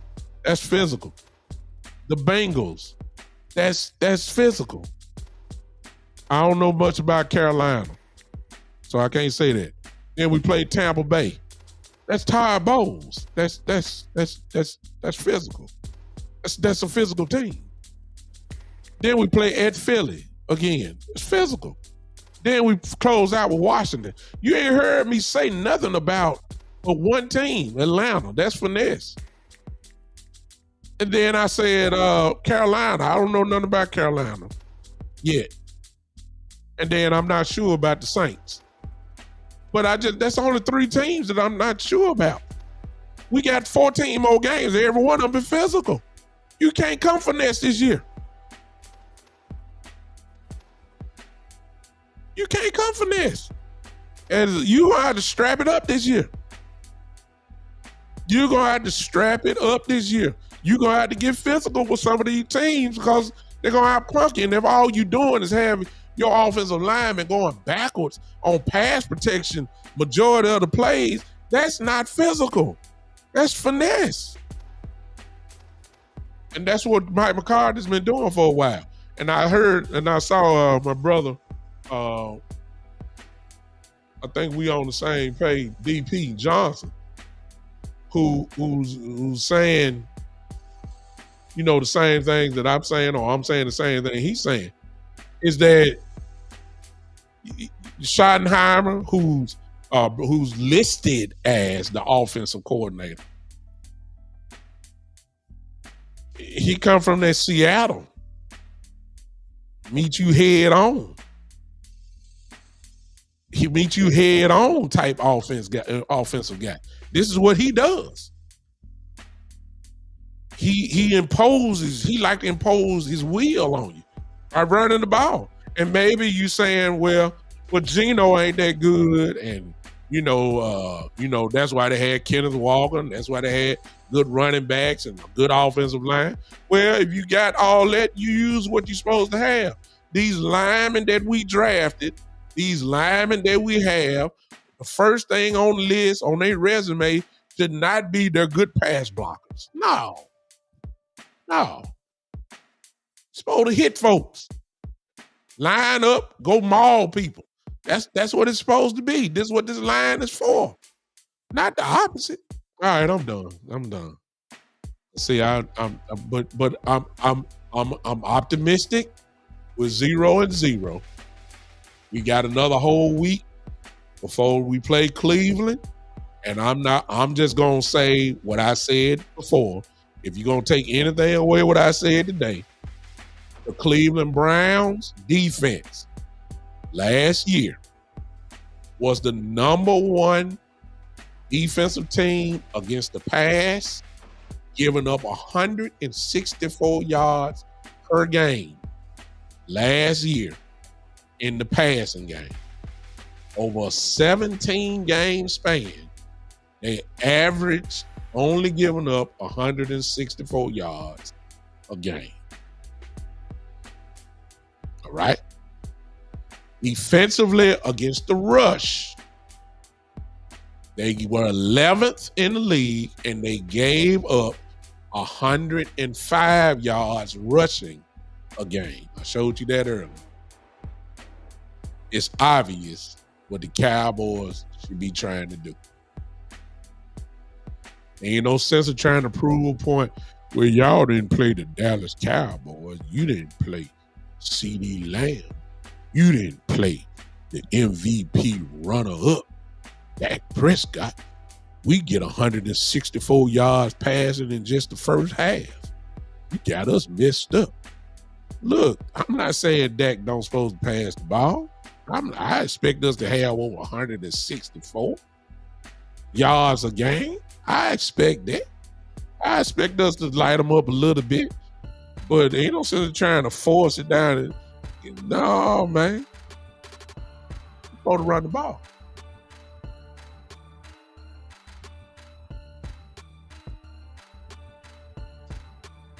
That's what we're supposed to do.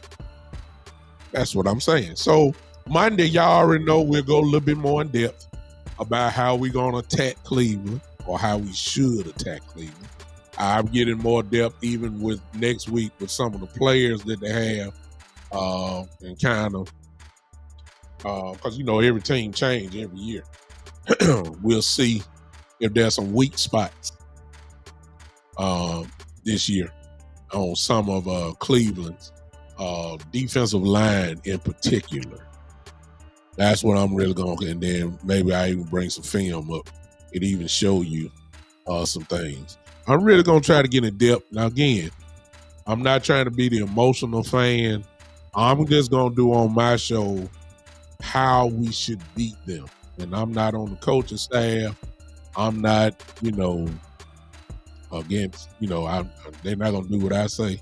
Anyway, I'm just saying, I'm just putting myself in the position of a coach every week saying, this is what I looked at. This is what I saw on film. This is why I think we can attack them with the personnel we got. This is what I think we should do. I'm not saying I'm the smartest guy in the room, but I do know football, played it, watched plenty of film. It's just my opinion. My opinion, not the own way. You may disagree or whatever. That's fine. I'm just saying this is what I think we ought to do. That's what we're going to try to do this season. As far as my show goes, week by week, we're going to try to break down teams. We're going to try to look and see where the weak spots are, how we can attack them, all that type of stuff. That's what I'm going to try to do. All right. So plus I'm going to this defense. So next to Monday, I'm gonna see how can we attack them on both sides of the ball. How can we attack them in what specific way we can really attack them, offensive and defensive. I hope you guys will come back and hang with me and check out my foolishness. See how my brain works. I see how I go. All right, y'all enjoy the rest of this college football day and weekend. I will be watching my nephew tonight. For those that came in, I'm excited. I've been geeked up all day. I feel like I'm playing again. My nephew plays with the University of Wyoming. They will be playing Arizona State tonight in Arizona later this evening. My nephew is Devin Body Jr., wide receiver number 2. I'm going to try to have him on the show at some point this season. If he can come chop it up with me, even if that it may not be live. I may just have to, with him, I got to get it in because they practice, and then he's studying. He's already graduated. He graduated from Vanderbilt. Most of you remember he played with Vanderbilt. He still has eligibility left. So he's working on his master's at Wyoming. Already graduated, thank God, hallelujah. I ain't got no dumb nephew. You know what I'm saying? Already graduated. And there will be scouts there from my understanding as well. He's not in the first team, All-American, second team, and all that. But he does have let me stop. Let me just say it like this. He has some people looking at him for the next level. There you go. So tonight I will be paying attention. They run sometime a 4 receiver set in Wyoming. They got a kid who looked just like Josh Allen. That's his quarterback. And that's where Josh Allen came from, when University of Wyoming. Big kid, big arm. I mean, he looks exactly like Josh Allen. Plays like him. He ain't Josh, but he's you'll see it if you watch it. So be looking out for him. He will be playing a lot tonight. Number 2, his name is Devin Body Jr. That's my nephew, my sister's son. I am excited to watch him play tonight. And at the same time, I will have a split screen because my Michigan Wolverines will be in prime time tonight against Fresno State. I'm looking forward to that. So I'll be doing double duty. I'm I'm fired up. I doubt I won't go to bed about 1, 2 in the morning because they're playing in Arizona. So, that's the late game. Appreciate you, Joe. I know you're in Italy over there. Appreciate you hanging with me. So I'll be up tonight. JVB, boy, they play tonight. I'm in Memphis, so I believe it's the game time may start at, in Memphis, 9 o'clock. It's 7 o'clock in California and Arizona. So I'm believing that's when kickoff be. So I'm going to say 9 o'clock Central Time. That's what I'm saying. You're right, JVB, boy. Go blue. The defending national champions take center stage tonight against Fresno State. Please don't say nothing. Well, it's just Fresno State. We don't care. Whoever on schedule, they can get it. It's just that simple. So I'm fired up, y'all. You in Memphis too? Oh, that's right, JVB, boy. You keep telling me that. We got to meet up, man. You keep telling me that. We gotta meet up eventually. You need to inbox me, man. Oh, you on YouTube? I tell you what. JVB, boy, watch this, and I'll close with this. JVB, boy, since you on, I don't know if you have a Facebook account, but if you do, go to find the Big Time Show. But if not, email me. I see you, Joe. The game starts at 4. Okay. Email me. There's my email. But all of you, if you want to get in contact with me, email me right there. And JVB, boy, we need to hook up, man, so I can shake your hand, man, and tell you thank you for supporting the show. Yes, in Fresno, California. Well, no, they playing in, I don't know if you talk about my nephew. Wyoming plays at Arizona State tonight. So, but email me. Those who want to do that, jot that down. It's easy. The BigTimeShow3@gmail.com. Y'all can get in touch with me that way. Sorry I didn't open up the caller line, but y'all know I got on the road. So it is what it is. I promise I'll do it because I know y'all got some more things y'all can say too. Somebody told me to relax. I'm fired up, man. I hear you, James. Jared. Who did Byron say, what position did I play? I played linebacker, outside linebacker, and the year before that, I played corner. I used to hit people. That's what I like. I'm a defensive guy now. I like to hit people. I'm sorry. That's just me. I played, listen to me, I'm not Ray Lewis, but I played like Ray Lewis before Ray Lewis became Ray Lewis. I was loud. I was celebrating. I was cocky. I was all that. That was me. I ain't no doubt about that. Actually, the name that I got was given to me in high school. Big Time, the nickname, Big Time, that's where I got it. It was given to me in high school. I just rolled with it ever since, 40 some odd years later. Big Time, because that's the way I played. I dared anybody to say I wasn't Big Time. I proved it. Ain't no doubt. All right, y'all, that's it. I appreciate y'all hanging with me. Thanks for hanging with me. I done gave y'all 2 hours and 19 minutes. Woo-wee. Lord have mercy, that's too long. All right, I appreciate y'all. I see y'all Monday, a couple days from now, 7 p.m. I will be with you, man. I went to Kirby, JVB, boy. Kirby High School, baby. Yes, sir. I think it's on, 9:30. It's the game time tonight, so that even later. 9:30. So y'all know I'm going to be up to at least 12 o'clock tonight watching my nephew play. Can't wait for it. Listen, I see y'all Monday night, couple days from now, 7 p.m. on Labor Day night for the one and only. This has been, the Big Time Show.